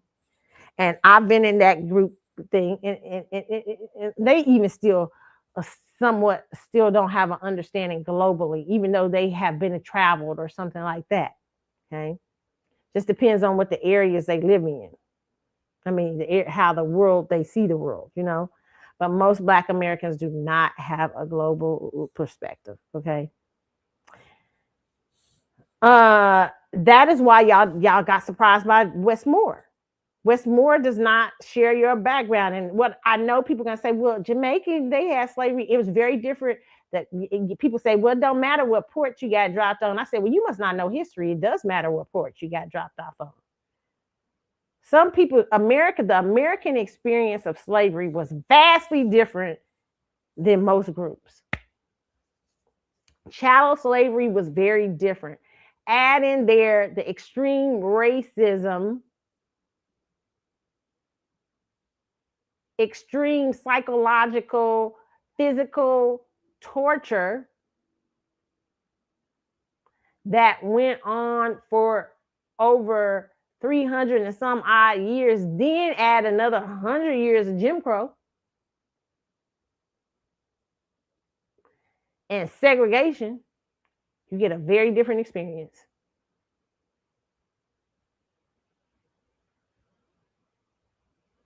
His background, he does not share the same background as me.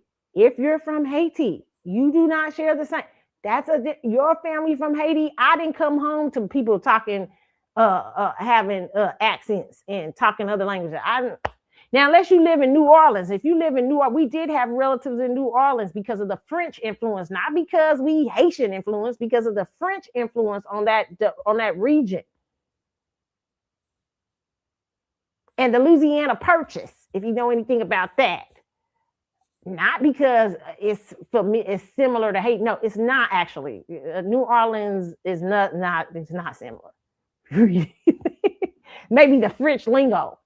It's not similar. Okay. And maybe some parts of which is all along the South. It's not just Black America. Black America has often practiced other sometimes other things like voodoo, or even though that's a Haitian background thing or whatever. They've also we have relatives that practice black magic. If you in Mississippi, all kind of shit. Black people have always been into other shit. We from a African culture has a lot of spirituality to it. So black, that is what maybe there is a commonality a little bit in the diaspora. Okay, but for the most part, it's mostly most of the South and so Christianity and stuff like that. Okay, and then you had the Black Muslim experience, which is a whole different story. Okay, you have other religious experiences, but mostly Black America. Those are the main things. Okay, so this guy, you can't treat him. You couldn't. That's why y'all shocked. You shouldn't have been looking at him like he Black. Have you not learned anything from Barack Obama?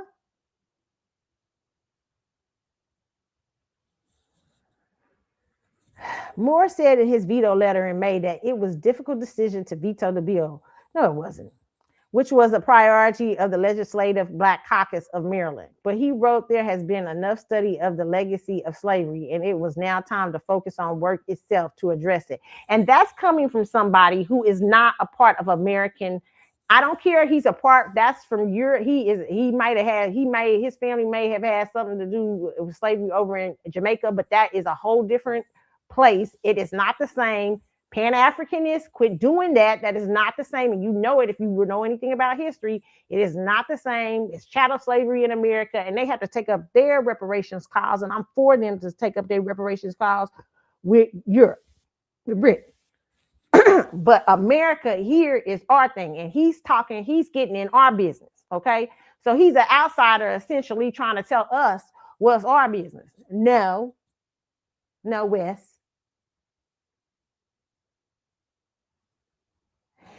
And here's what another thing, and this is not everybody, okay? Because there's I've met great people from the diaspora who love Black Americans, who champion Black Americans, who are allies to Black Americans, and vice versa. We are to them and stuff like that. It's not that kind of thing. But there are a lot of Black immigrants who look down on Black Americans. If y'all don't start realizing that, even especially after. If y'all don't start realizing so y'all can see and be able to start to understand what you are dealing with as globalism starts to hit America, how you have to hold on culturally to yourself.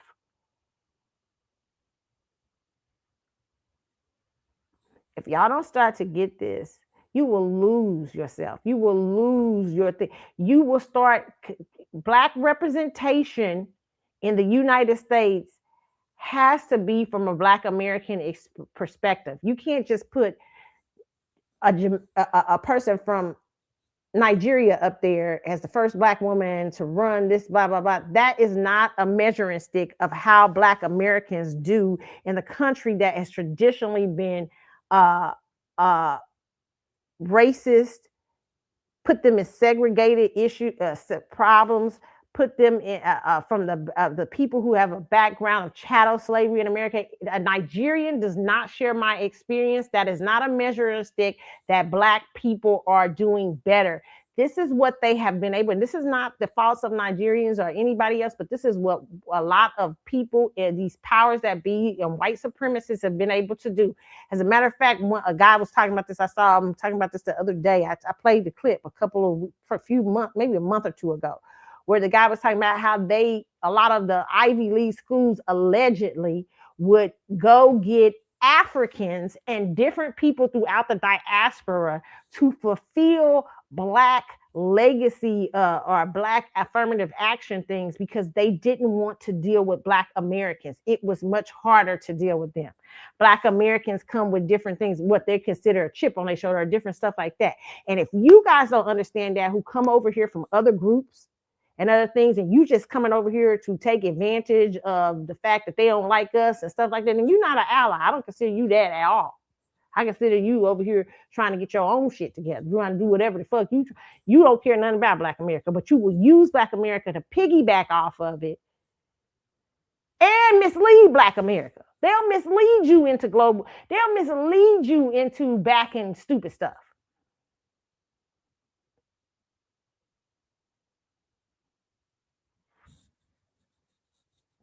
So y'all better start paying attention politically, mentally. When people put the first Black person up there, I always be saying, what's your background? And that doesn't mean I dislike my brothers and sisters from different groups, but they got to understand how we understand white supremacy in America more than anybody. And we know they'll use y'all because they think y'all don't got no chip on your shoulder. They think y'all easy, y'all slower, y'all easier to do what they say, y'all easier to not fight the system, to take racism and take all that. When we don't play that.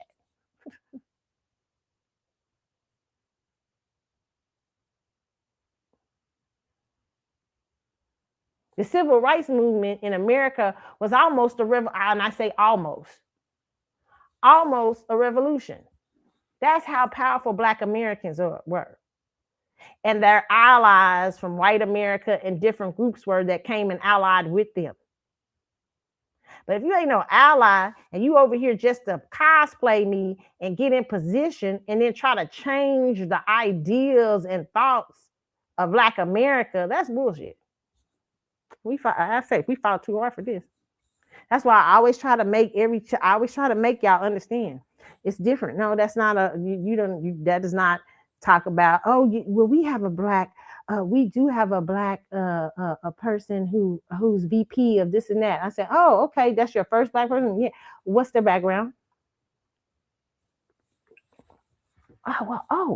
They're African. They're from Nigeria. Okay, that does not speak to the people who have traditionally been disenfranchised in this country. Nigerians are not those people. They may have got some little fallout from coming to America on their own from just being Black because they don't understand the racial dynamics of what happens in America. But the disenfranchisement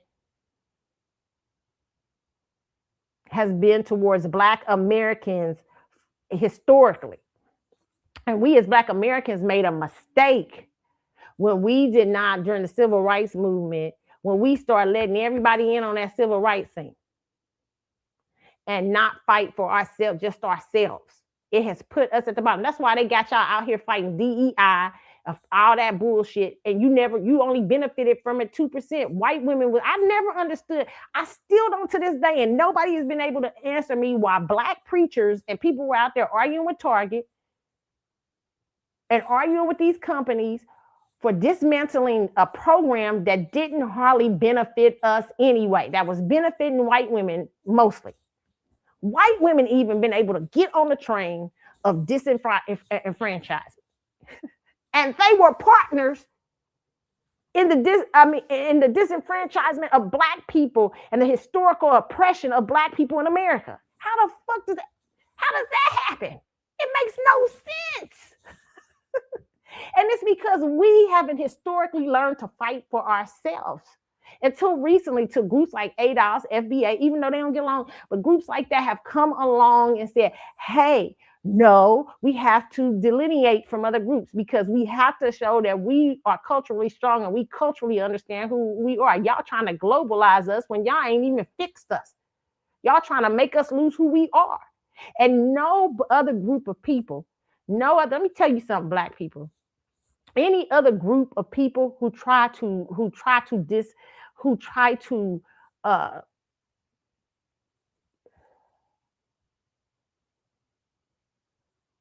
shake off you culturally, act like you're not a culture, well, watch them. Okay, any other black person, black group of people from the diaspora, most, it's there, a lot of black people from the diaspora are cool and get this. I talk to people from other countries that are from the diaspora, and one of my friends from the diaspora, who's from Caribbean, she always tell me, she said, you don't understand, you're dealing in America with a lot of other people who come over here, they had the money and all kind of stuff. They not the true allies. She said, a lot of them are here for this and that. She's like, I hate to tell y'all this. She said, they not down with black Americans like they should be. So a lot of people over here cosplaying you and just here for you and just cosplaying you for you financially, but they don't give a fuck about your culture. They don't give a fuck about you. They don't give a fuck about allying with you. They just sing your shit real good, or they act your shit real good. They act like you real good. All this stuff. Okay, so we got to be very much more aware. Westmore is a perfect example. Okay, the topic isn't easy, but again, without formal study, reparations risk being dismissed as symbolic or unconstitutional, regardless of moral merit, said Senator Charles Sender, a Democrat. After his veto was overridden, Moore said that he disagrees with the legislative decision. I'm eager to move forward in partnership on the work of repair that we all agree is urgent and pressing need. See, y'all need to vote him out of there. Y'all can't tell me there's not a Black American or somebody who shares the values of reparations that y'all can't find, even if it's a white person, even if it's a Latino, whoever, as long as they are ally with you. This person is not an ally. Just because he Black don't mean you keep voting for him. And that's our problem. We've been supporting Black people who are cosplaying and don't really got no connection to Black people. We've supported our own who've been cooning and Uncle Tommy. Well, I didn't really say Uncle Tom, cooning and really not valuing Black life. And that's not just Democrats. I mean, that's just not Republicans. It's Democrats and Republicans. You can't have no party in this day and time. I really believe that. I really believe you can't fucking have it. You might lean to one side, but you can't fucking have no party. If you fucking party loyalty, anytime I see somebody that's two-party loyalty, that can't call out their party for shit, I'm like, no, you telling me where you stop. I might agree with some things on the conservative side, but I understand some of them, and I listen to Fox, I can understand there's some racist shit going on at Fox. They racist as a motherfucker. Some of that stuff they be saying, even though I think one day they one of the best news channels on TV. But I'm able to separate my emotions towards racism and hear some of that stuff because I can filter out their racism. But they also racist on CNN. It's just a different brand. They just nice. They cuddle the Black people, but they also cuddling Black people to their demise. Because they friendly doing it to you. You got to understand you surrounded sometimes by the enemy. So you got to have your own mindset and understand how to move in these times. And it's different times that we coming up in. I believe the time for action is now, and we must continue moving forward with the work of repair, Amelia Moore said in a statement. This mission is especially vital given the immediate and ongoing effects of the federal administration on our constituents, including communities that have been historically left behind. Potential reparations outlined in the bill include official statements of apology, monetary compensation, property tax rebates, social service assistance, as well as licensing and permit fee waivers and reimbursement. Reparations also include assistance with making down payment on a home, business incentive, child care, debt forgiveness, and tuition payment, and waivers for higher education. Maryland's Black population is about 30%, the highest percentage in any state outside the Deep South. Support for reparations gained momentum in the wake of murder of George Floyd by a Minneapolis police officer in 2020. However, the issue has been a difficult one, particularly for high-profile Democrats, and comes amid a broader conservative backlash over how race and inequality are handled in public institutions. Okay, the Republicans are who used to at one time was the champions of Reconstruction, failed Reconstruction, by the way, and the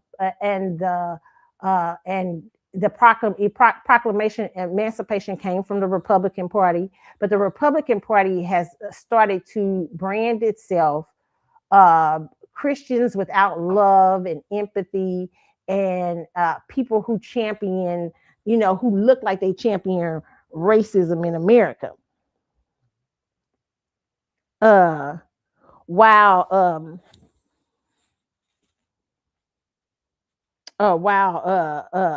Black Democrats have become the friendly group looking like they friendly, but what they do is they do racism low key. They get you to believe everything from them. Oh, we're gonna help you, but you still always end up the last.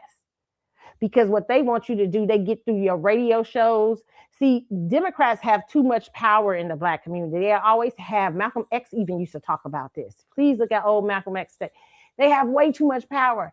These are people who work through your radio shows. That's why you can't even trust some of these radio hosts and stuff like that, because they being paid allegedly by the Democratic Party. It's so much power in the Democratic Party, especially when we're looking at Hollywood. Okay. It's a very different beast. Okay, so we gotta start getting wise out here, because we still in the same situations as a group, and that shouldn't be. Okay, so this is that. I'm not surprised Westmore's out here saying that. And y'all champion Westmore. Y'all did a lot. Y'all went all out for Westmore, and y'all didn't look at his background and nothing. And a lot of this stuff, when we dumb in American politics, we get mad about politics and stuff like that. But the truth of the matter is, it's just because of how Americans are. We lack attention. And Black people, you in the United States, Black Americans, you gotta be the group. You cannot afford to just racially embrace everybody. Even your own people, you have to always watch out for. We know the history of slavery. We know that Harriet Tubman, the majority of slaves wanted to be free. The majority of slaves were brave, and the majority of slaves were powerful. But there was a small percentage that was afraid and would just go tell on you, would do anything for massa and to keep the system intact, because they was just afraid of being free.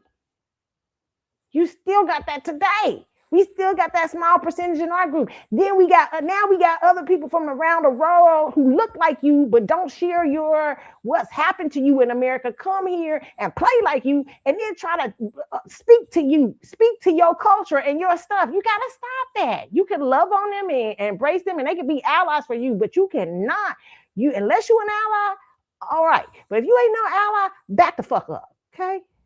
You got to understand, take people for what they are. And really, it's just like white folks. It's something just like women. You got to treat. I don't understand. You got to treat it like you would treat a white politician coming up. Black people are always skeptical of white politicians. You should be skeptical of any politician. Nobody, even if they speak the talk, they dance into Jay-Z or whoever else, that's when you really should be suspicious. Okay. You really should, every politician should be treated non-friendly. To me, politicians is straight business, because they so tricky. I don't even look. Straight business. They can be friendly to me, but I'm all business with you. If you ain't doing what I said, I'm voting you out. And we have not been that community. We have been a big community that have been voting on name recognition and all kind of bullshit we've been doing over the last hundreds of years. 56, 75, 100 years.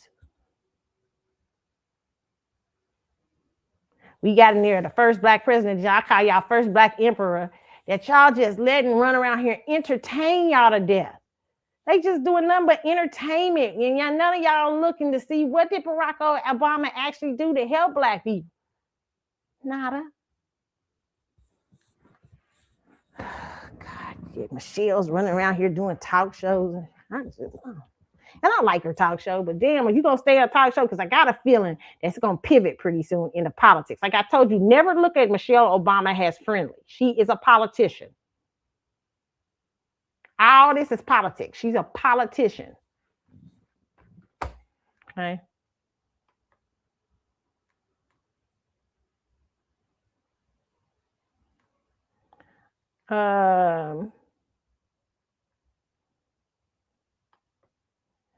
Remember the story about the young lady who got shot in front of her son at a school in Chicago? Well, now the person is being charged. Or saying, let me see if I can. And Shade Room is doing a story on this too. Which I hear a little bit of it.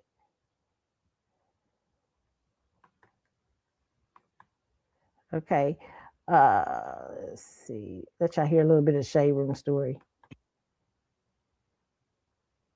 In tragedy,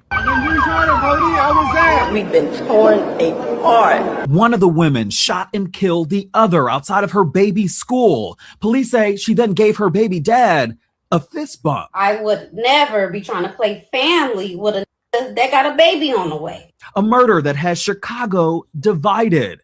Was this self-defense? It's been 3 months of pain and agony. I'm Justin Carter. This is TSR Investigates. Romika Meeks Blackman had just dropped her 6-year-old son off to school in Chicago's South Loop, not knowing that her baby's father, Carlos Smith, and his new girl, Quadeja Johnson, were in the area for something unrelated. It went, though, downhill as soon as the two women laid eyes on each other.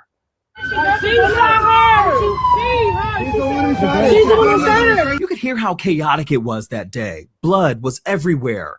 First responders racing to the scene, but by this point, it was too late.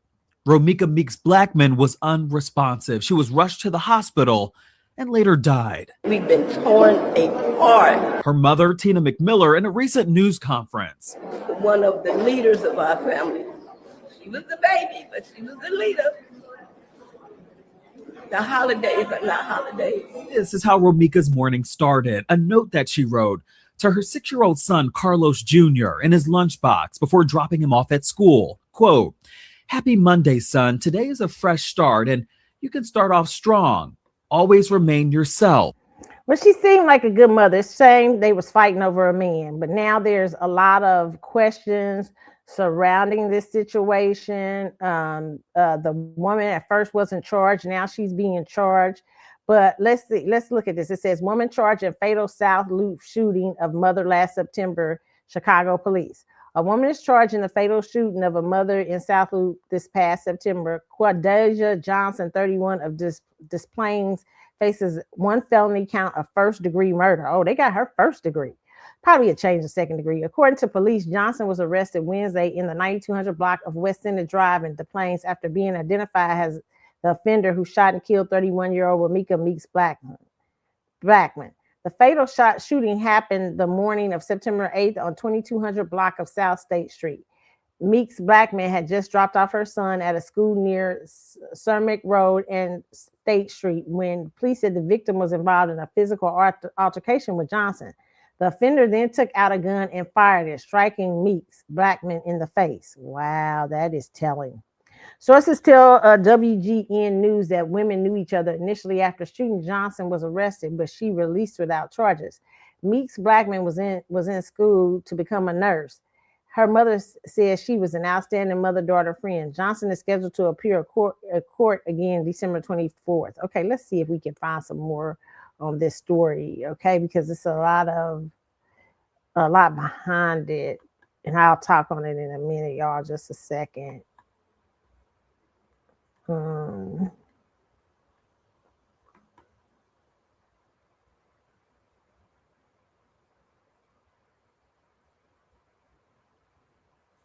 Okay.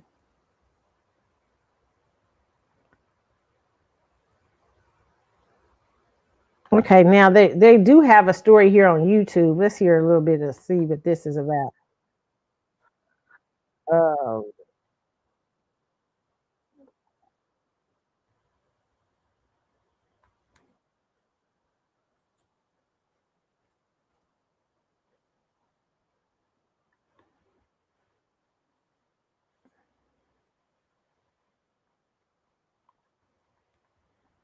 Okay, that's not having a show on that. Let's see. So they're saying there's still questions, but there is okay, let's see if we can hear this from Chicago News.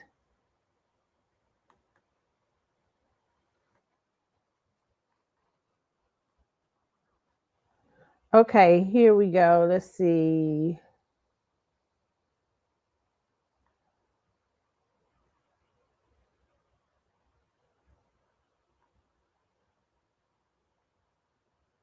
See if we can get this up here. This other story about it. Okay. We'll get this.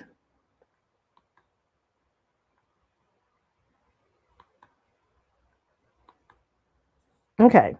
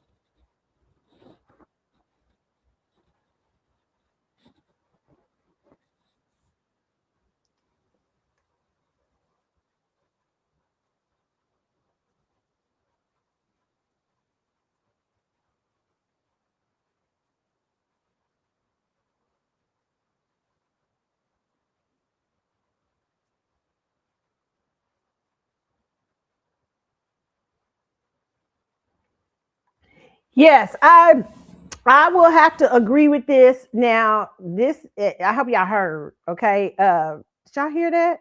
Uh, Wait a minute, y'all didn't hear? God, I thought I had it added to the state. I hate when that happens. Okay, let me see y'all, so y'all can hear this again. I don't know if I had this added where y'all could hear it or not, but newsroom, Sade Gray, standing room only, family. I'm gonna start from the 3 middle. months. It's been painful. It's been terrible. I mean, we've been torn apart. Her daughter, 31-year-old Romika Meeks Blackman, was shot and killed after prosecutors say an argument escalated with 31-year-old Quadijah Johnson on September 8th. Just months later, Johnson, who was 7 weeks pregnant, was arrested and charged with her murder. I just want justice. I don't want to fight with nobody. I don't want to argue with nobody. I just want justice for my daughter. And I want peace in my family. In court today, the assistant state's attorney says Blackman dropped off her 6-year-old son at school near Cermak and State. The baby's father, identified in court documents as witness 1, had just parked nearby with Johnson and their 6-month-old child in the vehicle. There was a verbal argument between the women. The baby's father tried to break it up, but then, according to prosecutors, became physical with Blackman, putting her in a chokehold. The assistant state's attorney says Johnson then walked back to her car, got her gun, and shot Blackman multiple times, then fist bumped the baby's father. It won't bring her back, but it will be a little peace now. It feel like a big bundle just been lifted off my head and my heart. We should note that last year, Johnson, the suspect, filed a stalking no contact order against the victim. The order of protection was granted in July, but was never served. Johnson does have her FOID card and concealed carry license. She claims self-defense, but the judge says celebrating in the streets after shooting someone is not self-defense. Reporting in the newsroom, Okay. Sade Gray, CBS News, Chicago. And I don't know if y'all heard that. The judge says heard the whole thing the first time, but I just played it again in case y'all didn't hear it. Okay, I agree. If you fist bump that man after you shot that woman, shooting someone and killing someone is devastating. And it's a fellow mother like you, and all you do is fist bump the baby daddy, y'all baby daddy. And then after she allegedly put you in the chokehold and allegedly whoop your ass, you went back. You didn't do in the midst of the fight. You didn't take out a gun. That's self-defense. But when she let you go and you walked back to your car and you got a weapon out and you shot her, that's touchy. And you shot her several times because you got your ass. You supposed to have a gun on you, so you won't. Before she even tell you, hey, do not come near me. Don't touch me. Or in the midst of the fight, you could have shot her. But going back to your car and getting a gun after it had de-escalated and then coming back and shooting that woman, now you're going to get some time, sweetheart. Now, I don't know if you're going to be, they charge you with first degree. They probably going to plea you to a second degree. I'd take the second degree if I was you. And here's the thing, girls. Listen, I don't know if Shamika ran out there. Shamika is sad if she did. She lost her life for it. Ran up there, that girl fighting because they happened to see each other and then they had a confrontation. It is never worth it over no man who's gonna be free. This man is gonna be out here with other women if he ain't right now as soon as possible. Y'all crazy shooting people over other. It's just like that chick that traveled. It's a chick that traveled. She was mad at a girl for going with her boyfriend, and her and her boyfriend going. It's her. The other girl think it's her boyfriend. She mad. She gets on a plane, travels. You sitting on the plane, so you think your mind would calm down. Like, damn, this is stupid. I don't need to be fighting this girl. Shit, who I need to be mad at is his ass.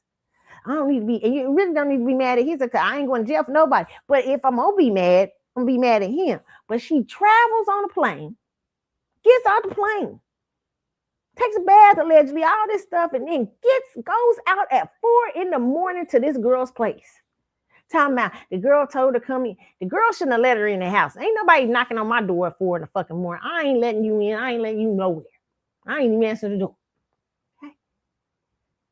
But ends up killing this girl over a man. And now she ain't got the man either. You ain't got him. You about to go to jail. He gonna be out here with another female. What you gonna do? He gonna be out here with another. While you serving life. She got life. Gave up her life. Is it that good?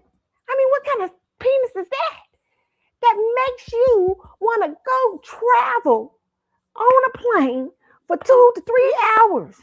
Get off the plane. I mean, it's crazy. Y'all crazy. I don't get it. Wait a minute, y'all. Trying to get something here. Hold on just a second.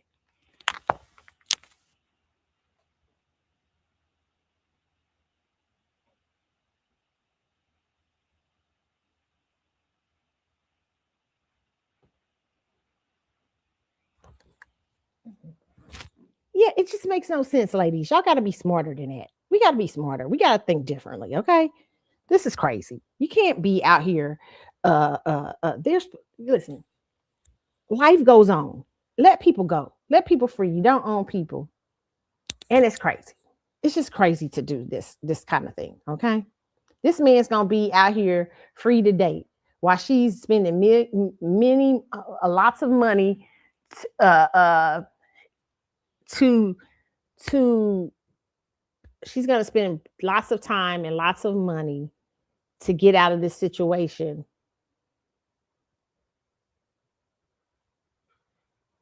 Not good. Okay. Not good at all. Okay. Just not good. Have some wisdom. It's never worth your time. Okay. Now, I did see these retailers talking about that it cost you more to return gifts from these stores this holiday season. Okay. They talking about that a lot of stores like TJ Maxx and Marshalls and all these people will be charging you a fee. It says holiday shop. This is from Tango.com, your Tango.com. It says holiday shopping is already stressful enough, especially as we get closer to Christmas. However, some companies are truly going out of their way to make shopping this holiday even more of a nightmare than it has to be. Shoppers have noticed that returns are not as easy as they used to be, and companies like J. Crew, TJ Maxx are charging people just to return items they bought this month.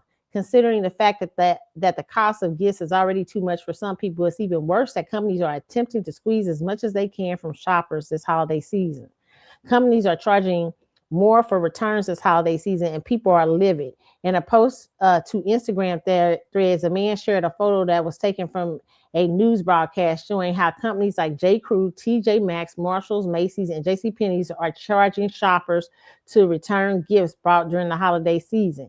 Even companies like Amazon, Walmart, Target, and Best Buy are offering shoppers holiday return deals. Okay, people are being charged anywhere between $7.50 and $12 just to make a return, and people were understandably enraged by this. Many argue that the idea of return fees, especially during this time of year, is just an unnecessary punishment for shoppers who can't help if they buy something that isn't right size or poor quality. Others question why these companies, which are definitely making money hand over fist, feel they have the right to squeeze shoppers even more during the season when everyone is spending more than usual. The return prices are to be deducted from the total refund. Okay. The National Retail Federation explained that nearly 3/4 of all stores now charge some sort of return fee. That is bad. That is not consumer friendly. That is not customer service friendly. And the reason these stores are able to do that is because you allow them to. You have become so, consumers have been so in life has gotten so crazy for y'all that y'all even will continue to shop with these retailers. You should punish these retailers when they do that. We will not shop with you. Not gonna shop with you when you do that. You better have some customer service. But because we don't have any sense, we just continue to shop with people when they don't do good customer service. Because we just like, oh, I don't have time. Blah, blah, blah. It's cheaper here. No, damn that.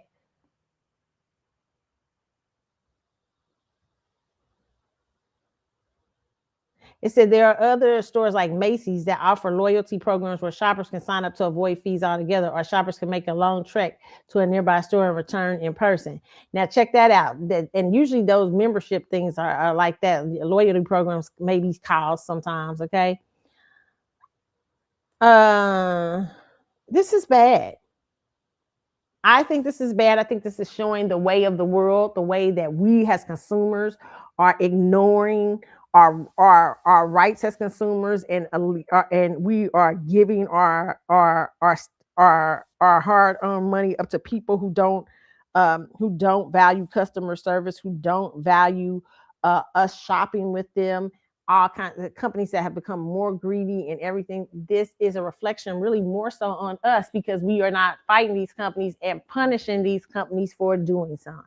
We have become a less consumer-based world, because basically politically we have ignored our own individual consumer rights, and what we've allowed politicians and these retailers and politicians and these companies to get together and have their way, but we are not punishing them as consumers. And that's why consumers have lost a lot of their rights over the years. Okay, sad. And it really only reflects back on Americans itself. Okay, I can't blame the companies for being greedy. That's what they do.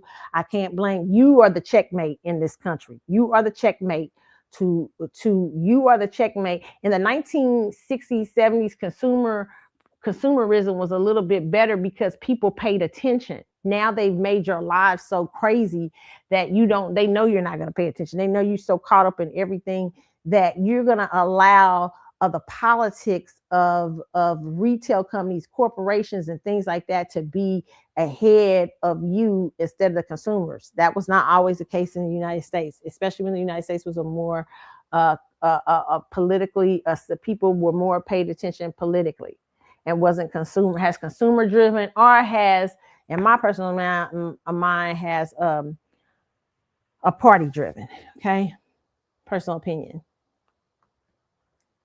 All right.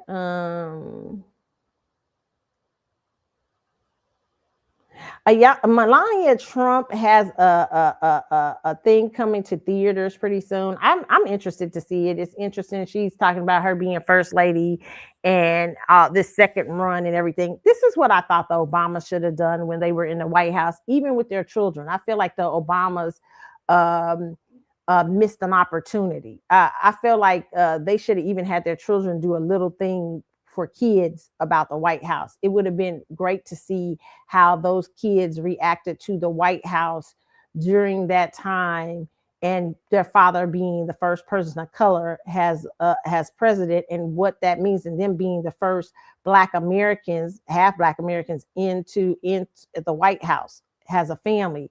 They were too busy trying to be like whatever they thought they was trying to be. I don't know. And sometimes, a lot of times, Black people, our biggest thing is that we try to people please. We be like, oh, I don't want them to think we trying to be this and that. And it didn't matter. They're gonna criticize you no matter what. But the Obamas failed a lot of things because they were scared of the criticism of being the first Black anything. So sometimes they failed. We're trying to keep our kids private. We're trying to keep this, and that. You should have gave them kids something the fuck to do. Okay, you should, meaning that they should have been working. This was the White. It would have been great to have they would have had something on PBS or something for kids about the White House, and you would have had them there talking. To me, when y'all was hiding them, I was like, are they well behaved or what's going on here? But they should have been doing that, because that was an experience. Instead of seeing celebrities in the fucking White House all week, year, we love the history, to see the history behind it, and how did Michelle respond to living in the White House. Made me think they was hiding a lot of stuff, okay? Because they missed the opportunity. I don't think, even though I know a lot of y'all ain't gonna like Melania, but the whole thing is, I do appreciate that she's doing a little historic thing, because she is a foreign first lady. So it is very interesting. She's from an immigrant first lady. So it would be very interesting to hear her take on being first lady in the White House. Okay. The Obama should have shared that same thing, in my opinion. They missed the opportunity, and I'm pissed still about it. I used to say that when they was there. So it's going to be interesting that Melania is going to get to do that. Okay. Y'all talking about Trey Songz out in these streets still acting a fool. Allegedly. So I'm gonna let y'all hear this talking on Trey Songz. Why does it take so many people for y'all to From Hollywood Unlocked? Why do y'all hate women so bad that everybody got to be lying on this man? Nobody is lying on this man. If anything, more people are too afraid to come forward about this man. If you have ever seen a movie where somebody is taken over by a demon, that is a good example of who that man is. And that's light. That is very light. And like I said on my podcast, all I'm doing is waiting for the Netflix documentary. It's coming. It's coming soon. But it should have been happened. This man should not even be able to be out and about on the streets, running around, roaming around, like, at all. How is this man still free? How is it that every time I see this man out, it's still a group of professional homeboys dapping him up? What happened to protecting women? What happened to believing women? Like, what happened to street justice? No. Just dapping people up in the club like a bunch of goofies. I see it all the time. Every time I see the man, he's surrounded by goofies. This whole Trey Songz situation. And it don't be just goofy men, it be goofy females too. Listen, okay, let me explain something to y'all. And I've explained this plenty of times, and people think I've been on men's side and all that stuff. No, I just see the fairness of everything. First of all, Trey Songz, I've heard a lot of horrible things about Trey Songz. Hey, if he has a right to, if he's done something horrible, he has a right to a fair trial. People just don't believe people in the United States. And you wouldn't want that to happen to you, young lady. It's Winter. Her name is Winter, speaks on allegations against Trey Songz. Nobody is lying on this man. Yes, but he has a right to a fair trial. It's like if somebody come up to you and all of a sudden lie on you, you want a right to a fair and balanced, a fair trial. Even though in America, Black men sometimes do not get fair trials. Okay, you want a fair trial regardless. It ain't just believe women. It's only believe when the allegations are given to cops. I do believe they should believe so they can go investigate, right?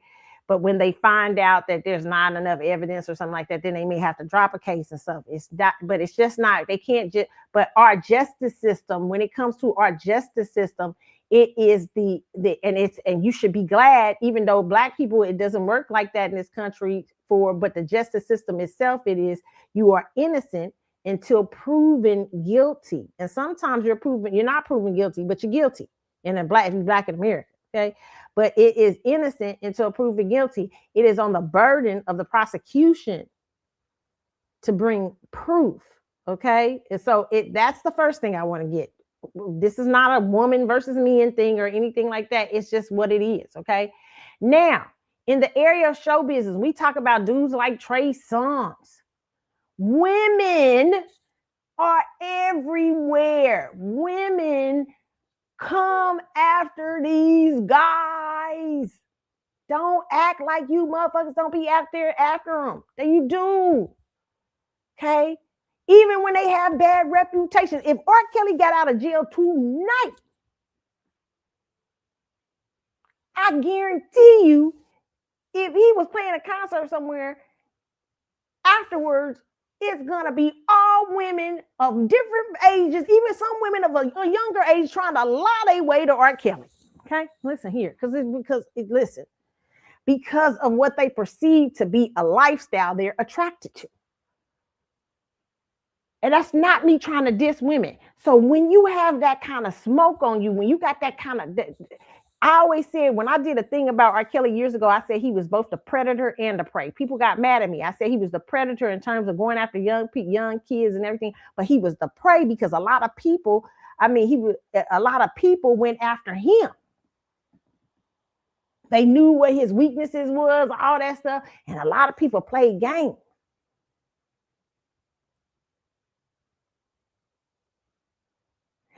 It's the same thing with a lot of these celebrity men. And I always say that women, you have to be vetted even more with celebrity males. And the reason why I say this is because celebrity males have, a lot of times, they typically tend to be womanizers.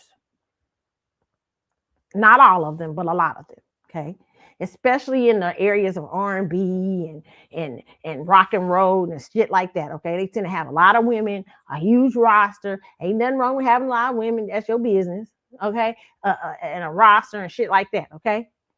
And because they have so many women, and so many women are attracted to these men and like these men and everything, they also attract women who get mad at them when they are not loyal, when they are not faithful, when they don't want to do this, when they have sex with them and dump them, and they do things and they disrespectful towards them.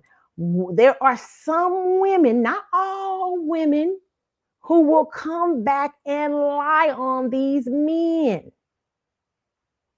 And the fame will drop. So that's why I always say to people, if people get mad at me about this, I say, Trey Songz is different from Jimmy down the street. Okay? If a lot of women are typically saying, hey, Jimmy down the street been raping women. If 9 out of 10 women are saying that, it's probably more than likely because they ain't got no reason to lie. They don't get no benefits from lying on Jimmy down the street. Ain't no benefits of lying. It's easy to vet and see. Jimmy, ain't no reason for these women to lie on you. We didn't have 15 women come to us and tell us you raped them. With celebrity men, there is incentive to lie. I don't know why that's so hard to understand. So you have to vet a little harder. You get to be on talk shows, you get to be out on podcasts, you get to get a semi piece of fame and everything. So it's an incentive for women to sometimes come on those shows and lie on celebrity men. It could be 20 women lying on Trey Songz. Possibly not. I mean, I say look at it when there's allegations. You can't not look at it. But you also have to understand he is a male celebrity, and with that he draws a lot of things because of his lifestyle. If he's not treating women right and stuff like that, y'all, we know how women are. Not all women, but a lot. There are some who will get mad, who will say these men, he raped me, he this and that. That's why I always tell women, when you're dealing with celebrity men, and if a celebrity man has done anything to you like rape or anything like that, that is beatings or something like that, immediately tell the police. Immediately. You cannot, because of his fame, You can't afford to hide it. You can't afford to do that with a regular dude. In my personal opinion, you can't show up 20 years later talking about, well, he raped me back in 1922. Man, we don't got no proof. We can't investigate that. That's very hard. And when they are investigating these cases, a lot of these cases to me have been they've been able to get away with a lot of setting precedents and kind of going against laws to me, in my personal opinion. It is hard to prove rapes from 20 years ago unless you got some videotape or some eyewitnesses or something like that. That's just hard. Okay, so you have to, ladies, you have to come forth immediately. It is not your fault. You have to come forth immediately. Can't be out here spreading rumors about Trey Songz. You got to go to the fucking police department. Ain't nobody scared of Trey Songz. What the fuck? Who the fuck scared of Trey Songz? Trey Songz ain't had a fucking hit on the radio in damn near 15 years. The fuck? What the fuck y'all talking about? This people scared to come on. Who the fuck? This is not Diddy. And I don't believe people scared of Diddy. If you heard the courtroom about Diddy, wasn't nobody scared of Diddy. Everybody acting like they scared of Diddy. Even Cassie getting her ass wasn't scared of Diddy. She's had side pieces and everything. Borrowing her phones for her side man shit. So, not saying that it's okay the abuse, but I'm saying I don't think she was scared. Because you wouldn't have had no side. And you scared of somebody, you like, this man crazy. I don't want no side piece. Nah, this chick was trying him at every corner. A lot of them people was with Diddy. Didn't nobody give a fuck about Diddy. Okay, nobody give a fuck about Trey. You can't say women are scared to come forth because Trey Songz got some sort of power. What kind of power Trey Songz got? Trey Songz ain't had no hit out here in a long time. I ain't heard Trey Songz. It's Trey. Now Keke Palmer tried to tell y'all something about Trey Songz, but then they didn't push that. Okay. But if you ladies have something that this man has done something to y'all, then come. A lot of times, though, you will find in some of these cases, even in the Bill Cosby cases, because most of the time people out here talking about Bill Cosby and did not read all individual 50 cases. I read every last one of those cases. Some of them was women pissed, all kind of stuff.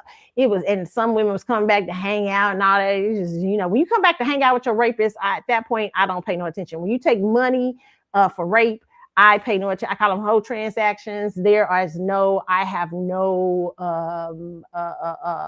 empathy at that point, because that you have let a rapist go and for money. Well, Carlotta, they got to get their money. There's no other way. No. If you bold enough to come forth for a check, then that means you just care about money. You didn't care that this man could be possibly raping other women, could possibly victimize other people. You don't give a fuck. You just show up for a check. So you a hoe. That's what I say. And I'm sorry. I don't have no empathy when I say it. I don't have no. Now, if you make sure he get his ass in jail, you make sure he's prosecuted or at least try, because sometimes we don't always, even women who are raped sometimes don't always win rape cases and stuff like that. But I respect when a woman goes through, like if you ever heard the story even of Tupac, what happened with Tupac, that woman went straight to security. She's almost believable to me, because what she did, she followed all the rules and people still didn't believe her. But she still did. The reason why Tupac went to jail is because she went through everything scenario. She didn't go to a lawyer and say, how much can I get from Tupac? Because he tried to rape me the other day. No, she went to the police. Same thing with Mike Tyson. What happened when Mike Tyson allegedly raped that girl? Whatever happened years ago. Desiree ain't been seen and came out here since. She made sure he was prosecuted. She went right to the police. Okay, I tend to typically believe those cases more because the women did the right thing. You can't, I understand rape is devastating. I understand all these things, but in order to be believed in order to put this person behind the bars, no matter how embarrassing, I know, no matter what you think it is, you gotta put this criminal behind the door. Go to the police. If Trey Songz is out here messing with brown people, go to police. The more y'all go to police, the more they'll investigate his ass. Okay. Now, some of y'all be faking. What they find is a lot of y'all be disgruntled employees, disgruntled girlfriends, and shit like that. We can't have, the police know how to investigate that. They know how to know if you disgruntled. Okay. A lot of people be disgruntled and mad because Trey done dumped him. He wasn't nice about it. He maybe had a one night stand and then kicked your ass out the room and shit like that. People, some of these rock stars are mean. I heard one story about a girl having to sign an NDA agreement when she walked into the... Oh Oh my God, when I heard this shit, I was like, what? Listen.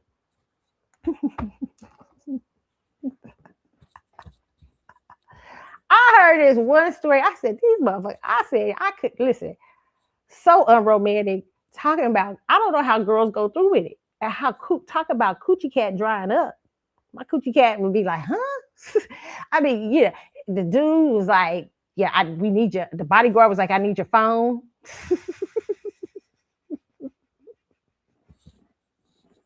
Oh, wait. Before we proceed to this event, here's an NDA. What? Excuse me? Like, you're in the middle of getting it in. You're like, oh, yeah, it's about to go down. And then he's like, hold up. Bodyguard is like, phone, please. Bodyguard, excuse me, John, could you come into the room? Yeah, get her phone. Okay.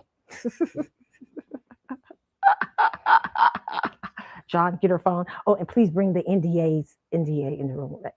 Fuck. And maybe this could have saved a lot of these men too, because, you know, consents and NDAs, I understand why they do them, because they hoeing too much. You know what I'm saying? They ain't really building up relationships of trust. These are hoe relationships. And so when you hoe relationship, that's what happens. When you having one night stands and you ain't building no trust, when you just over across seas fucking everybody and doing everything, you gotta have NDAs and stuff like that. And these men still will get accused of stuff because people will get mad at them.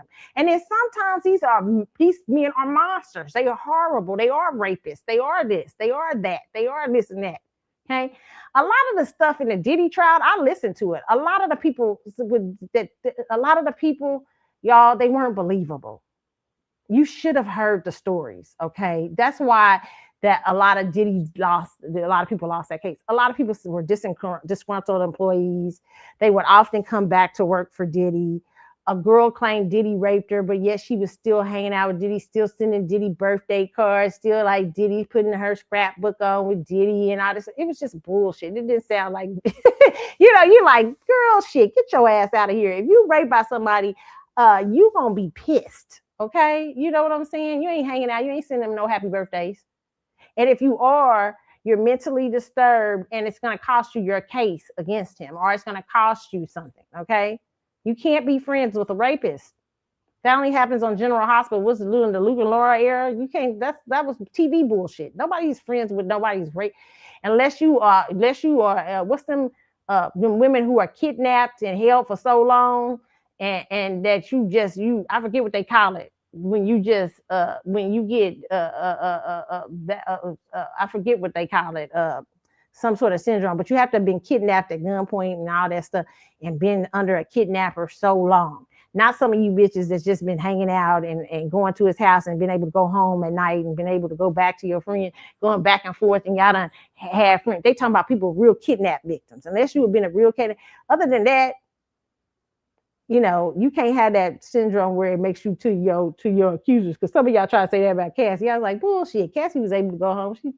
Matter of fact, alleged in the trial, she gave her mama, she put in the paperwork pictures of him beating her ass, pictures of her black eyes and stuff, but didn't give him to the police. Shit, I would have took that shit right to the police. She didn't take him to the police. She took him to her mama for safekeeping. Why was she doing that? Okay. People play games even with abuse. There are women out here who will use abuse to blackmail. I ain't saying that's what she did, but it sure sounds suspicious. Okay, let me tell y'all. Okay, don't play. I'm just trying to tell y'all, we dealing with all kind of crooked people. Just because you've been abused, don't mean you don't have abusive elements to you. Like you not something terrible either. Okay, I see women on For My Man every day on the For My Man show who were abused by a lot of men. But they were just as evil as the men they were abused by. These women committed murders for these dudes who was kicking their butt. And then when they get caught, they say, "Well, he was abusing me." They like the police like, when you committed that murder, did you call us and let us know that you were scared? No. Was you free of him a couple of days? He wasn't. He went somewhere, and then you could have called the police at that time. We booking you too. Okay, so it's all kind of. That's why I try to tell people it's all kind of scenarios that people get mad. It's not that I'm not for women. I am totally for women because I understand the powerful, beautiful beings we are. But because of that, I'm very about us trying to accept accountability and keep, because there are real rapes and real things going on. There are real monsters out here. Not playing with people, not playing with these, because y'all pissed at celebrity men and y'all come up with some bullshit. Y'all know who these motherfuckers are. Y'all, I'm telling you, with celebrity men, you got to be careful. Wish I could tell y'all even. As a young girl, I've told some celebrity male stories on here when I was young and used to try to go meet celebrities. Okay, some of them were scary.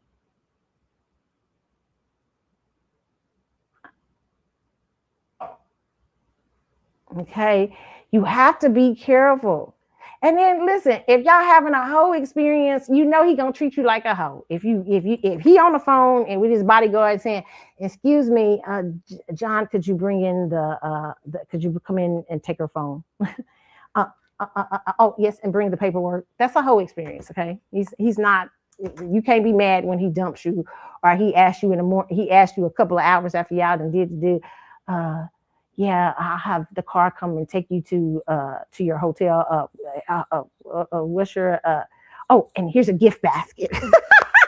It's got an autograph picture in there, t-shirt. Uh-oh.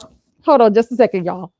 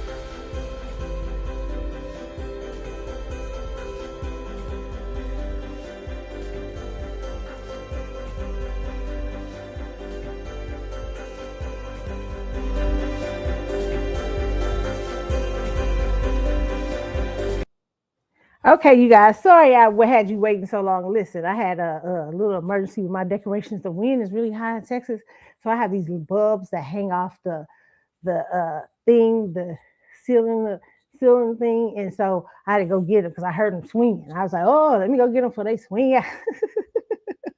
So I'm sorry, y'all, but going back to what I was saying, yes, be very careful with dating these celebrity males. Understand what it is when you're going in those rooms or you're dealing with them and stuff like that. Uh, if they put an NDA out on y'all and stuff like that, they ain't serious. Okay, get to know somebody, child. That's all I can say. And as far as Trey Songz, yes, he does. If it's too much stuff out there about him, yes, he has to be investigated. But understand that with male celebrities, that in my opinion, investigations have to go very hard because they have to vet more because they're dealing with fame, the element of fame, and the element of fame will cause people to lie on you that don't even know you, that haven't even met you, or people who have met you to lie on you and really, you know, it be not a real thing, okay? It be people angry at you. And then sometimes it's very real things. Sometimes these people are monsters, okay? So that's what I will say on that note. What else here we gotta look at? Y'all. So I think we're winding down, y'all. Okay, and Kimora comes at Russell. Kimora Lee talked about, told Russell this week to answer his accusers and all this stuff. Listen, I still say the same thing. I say the same thing regarding Russell Kimora relationship with Russell. I say what I said. Kimora got helped a lot about Russell. That doesn't mean Russell wasn't a bad husband. It doesn't mean Russell wasn't a good person. I don't know, but I know that a lot of her career and stuff has come from Russell. That's all I'll say on that note. Okay. All right, and then okay. So I guess here's the thing. Okay, so I'm gonna try to have another show, you guys, before the week is out to discuss some more hot topics and things like that. But meanwhile, you guys, I'm gonna make this the last story because, child, y'all gotta make sure my stuff is down. Okay, so make this the last story for today. So you guys have a wonderful, wonderful holiday. If I don't talk to you before Christmas, I know y'all will. Have fun, relax with friends, family, enjoy your holiday. And I'll try to see y'all talk to y'all before the new year. Pray for safe travels for me and my family, that we have a good holiday and everything. And you guys, thanks for hanging out with me. Remember, you can hit me up at the Carlotta Chatwood Facebook page. You can also hit me up on Carly's_Galaxy on Instagram. That's with an S. Okay. You can also hit me up on Twitter, C Chatwood Show, and Carlotta72. And then there's TikTok, Keisha Carlotta, and then Threads. You know, you guys can hit the link on Instagram. Okay. Take you to Threads. Thank you guys for hanging out with me. Have a wonderful, wonderful rest of your week. I will see y'all. Okay. So let me leave y'all with some, what kind of music I'm gonna leave? I ain't gonna think it. Let's see what I can leave y'all out with. They should have some. Wait a minute. They should have some Christmas music, Christmas jingles. I should have put some Christmas songs in here for y'all. Dang it. I forgot to do that, to add a little Christmas. I'll do that next show. I'll add some Christmas things. We won't. Okay, so here's what we'll do. We'll go live next time. We won't do YouTube. YouTube people, I'm sorry. I'll try to edit it for you, but we'll do some Christmas music and stuff like that. Okay, so we'll do that for next time. All right, you guys. I'm out. Have a good one. See ya.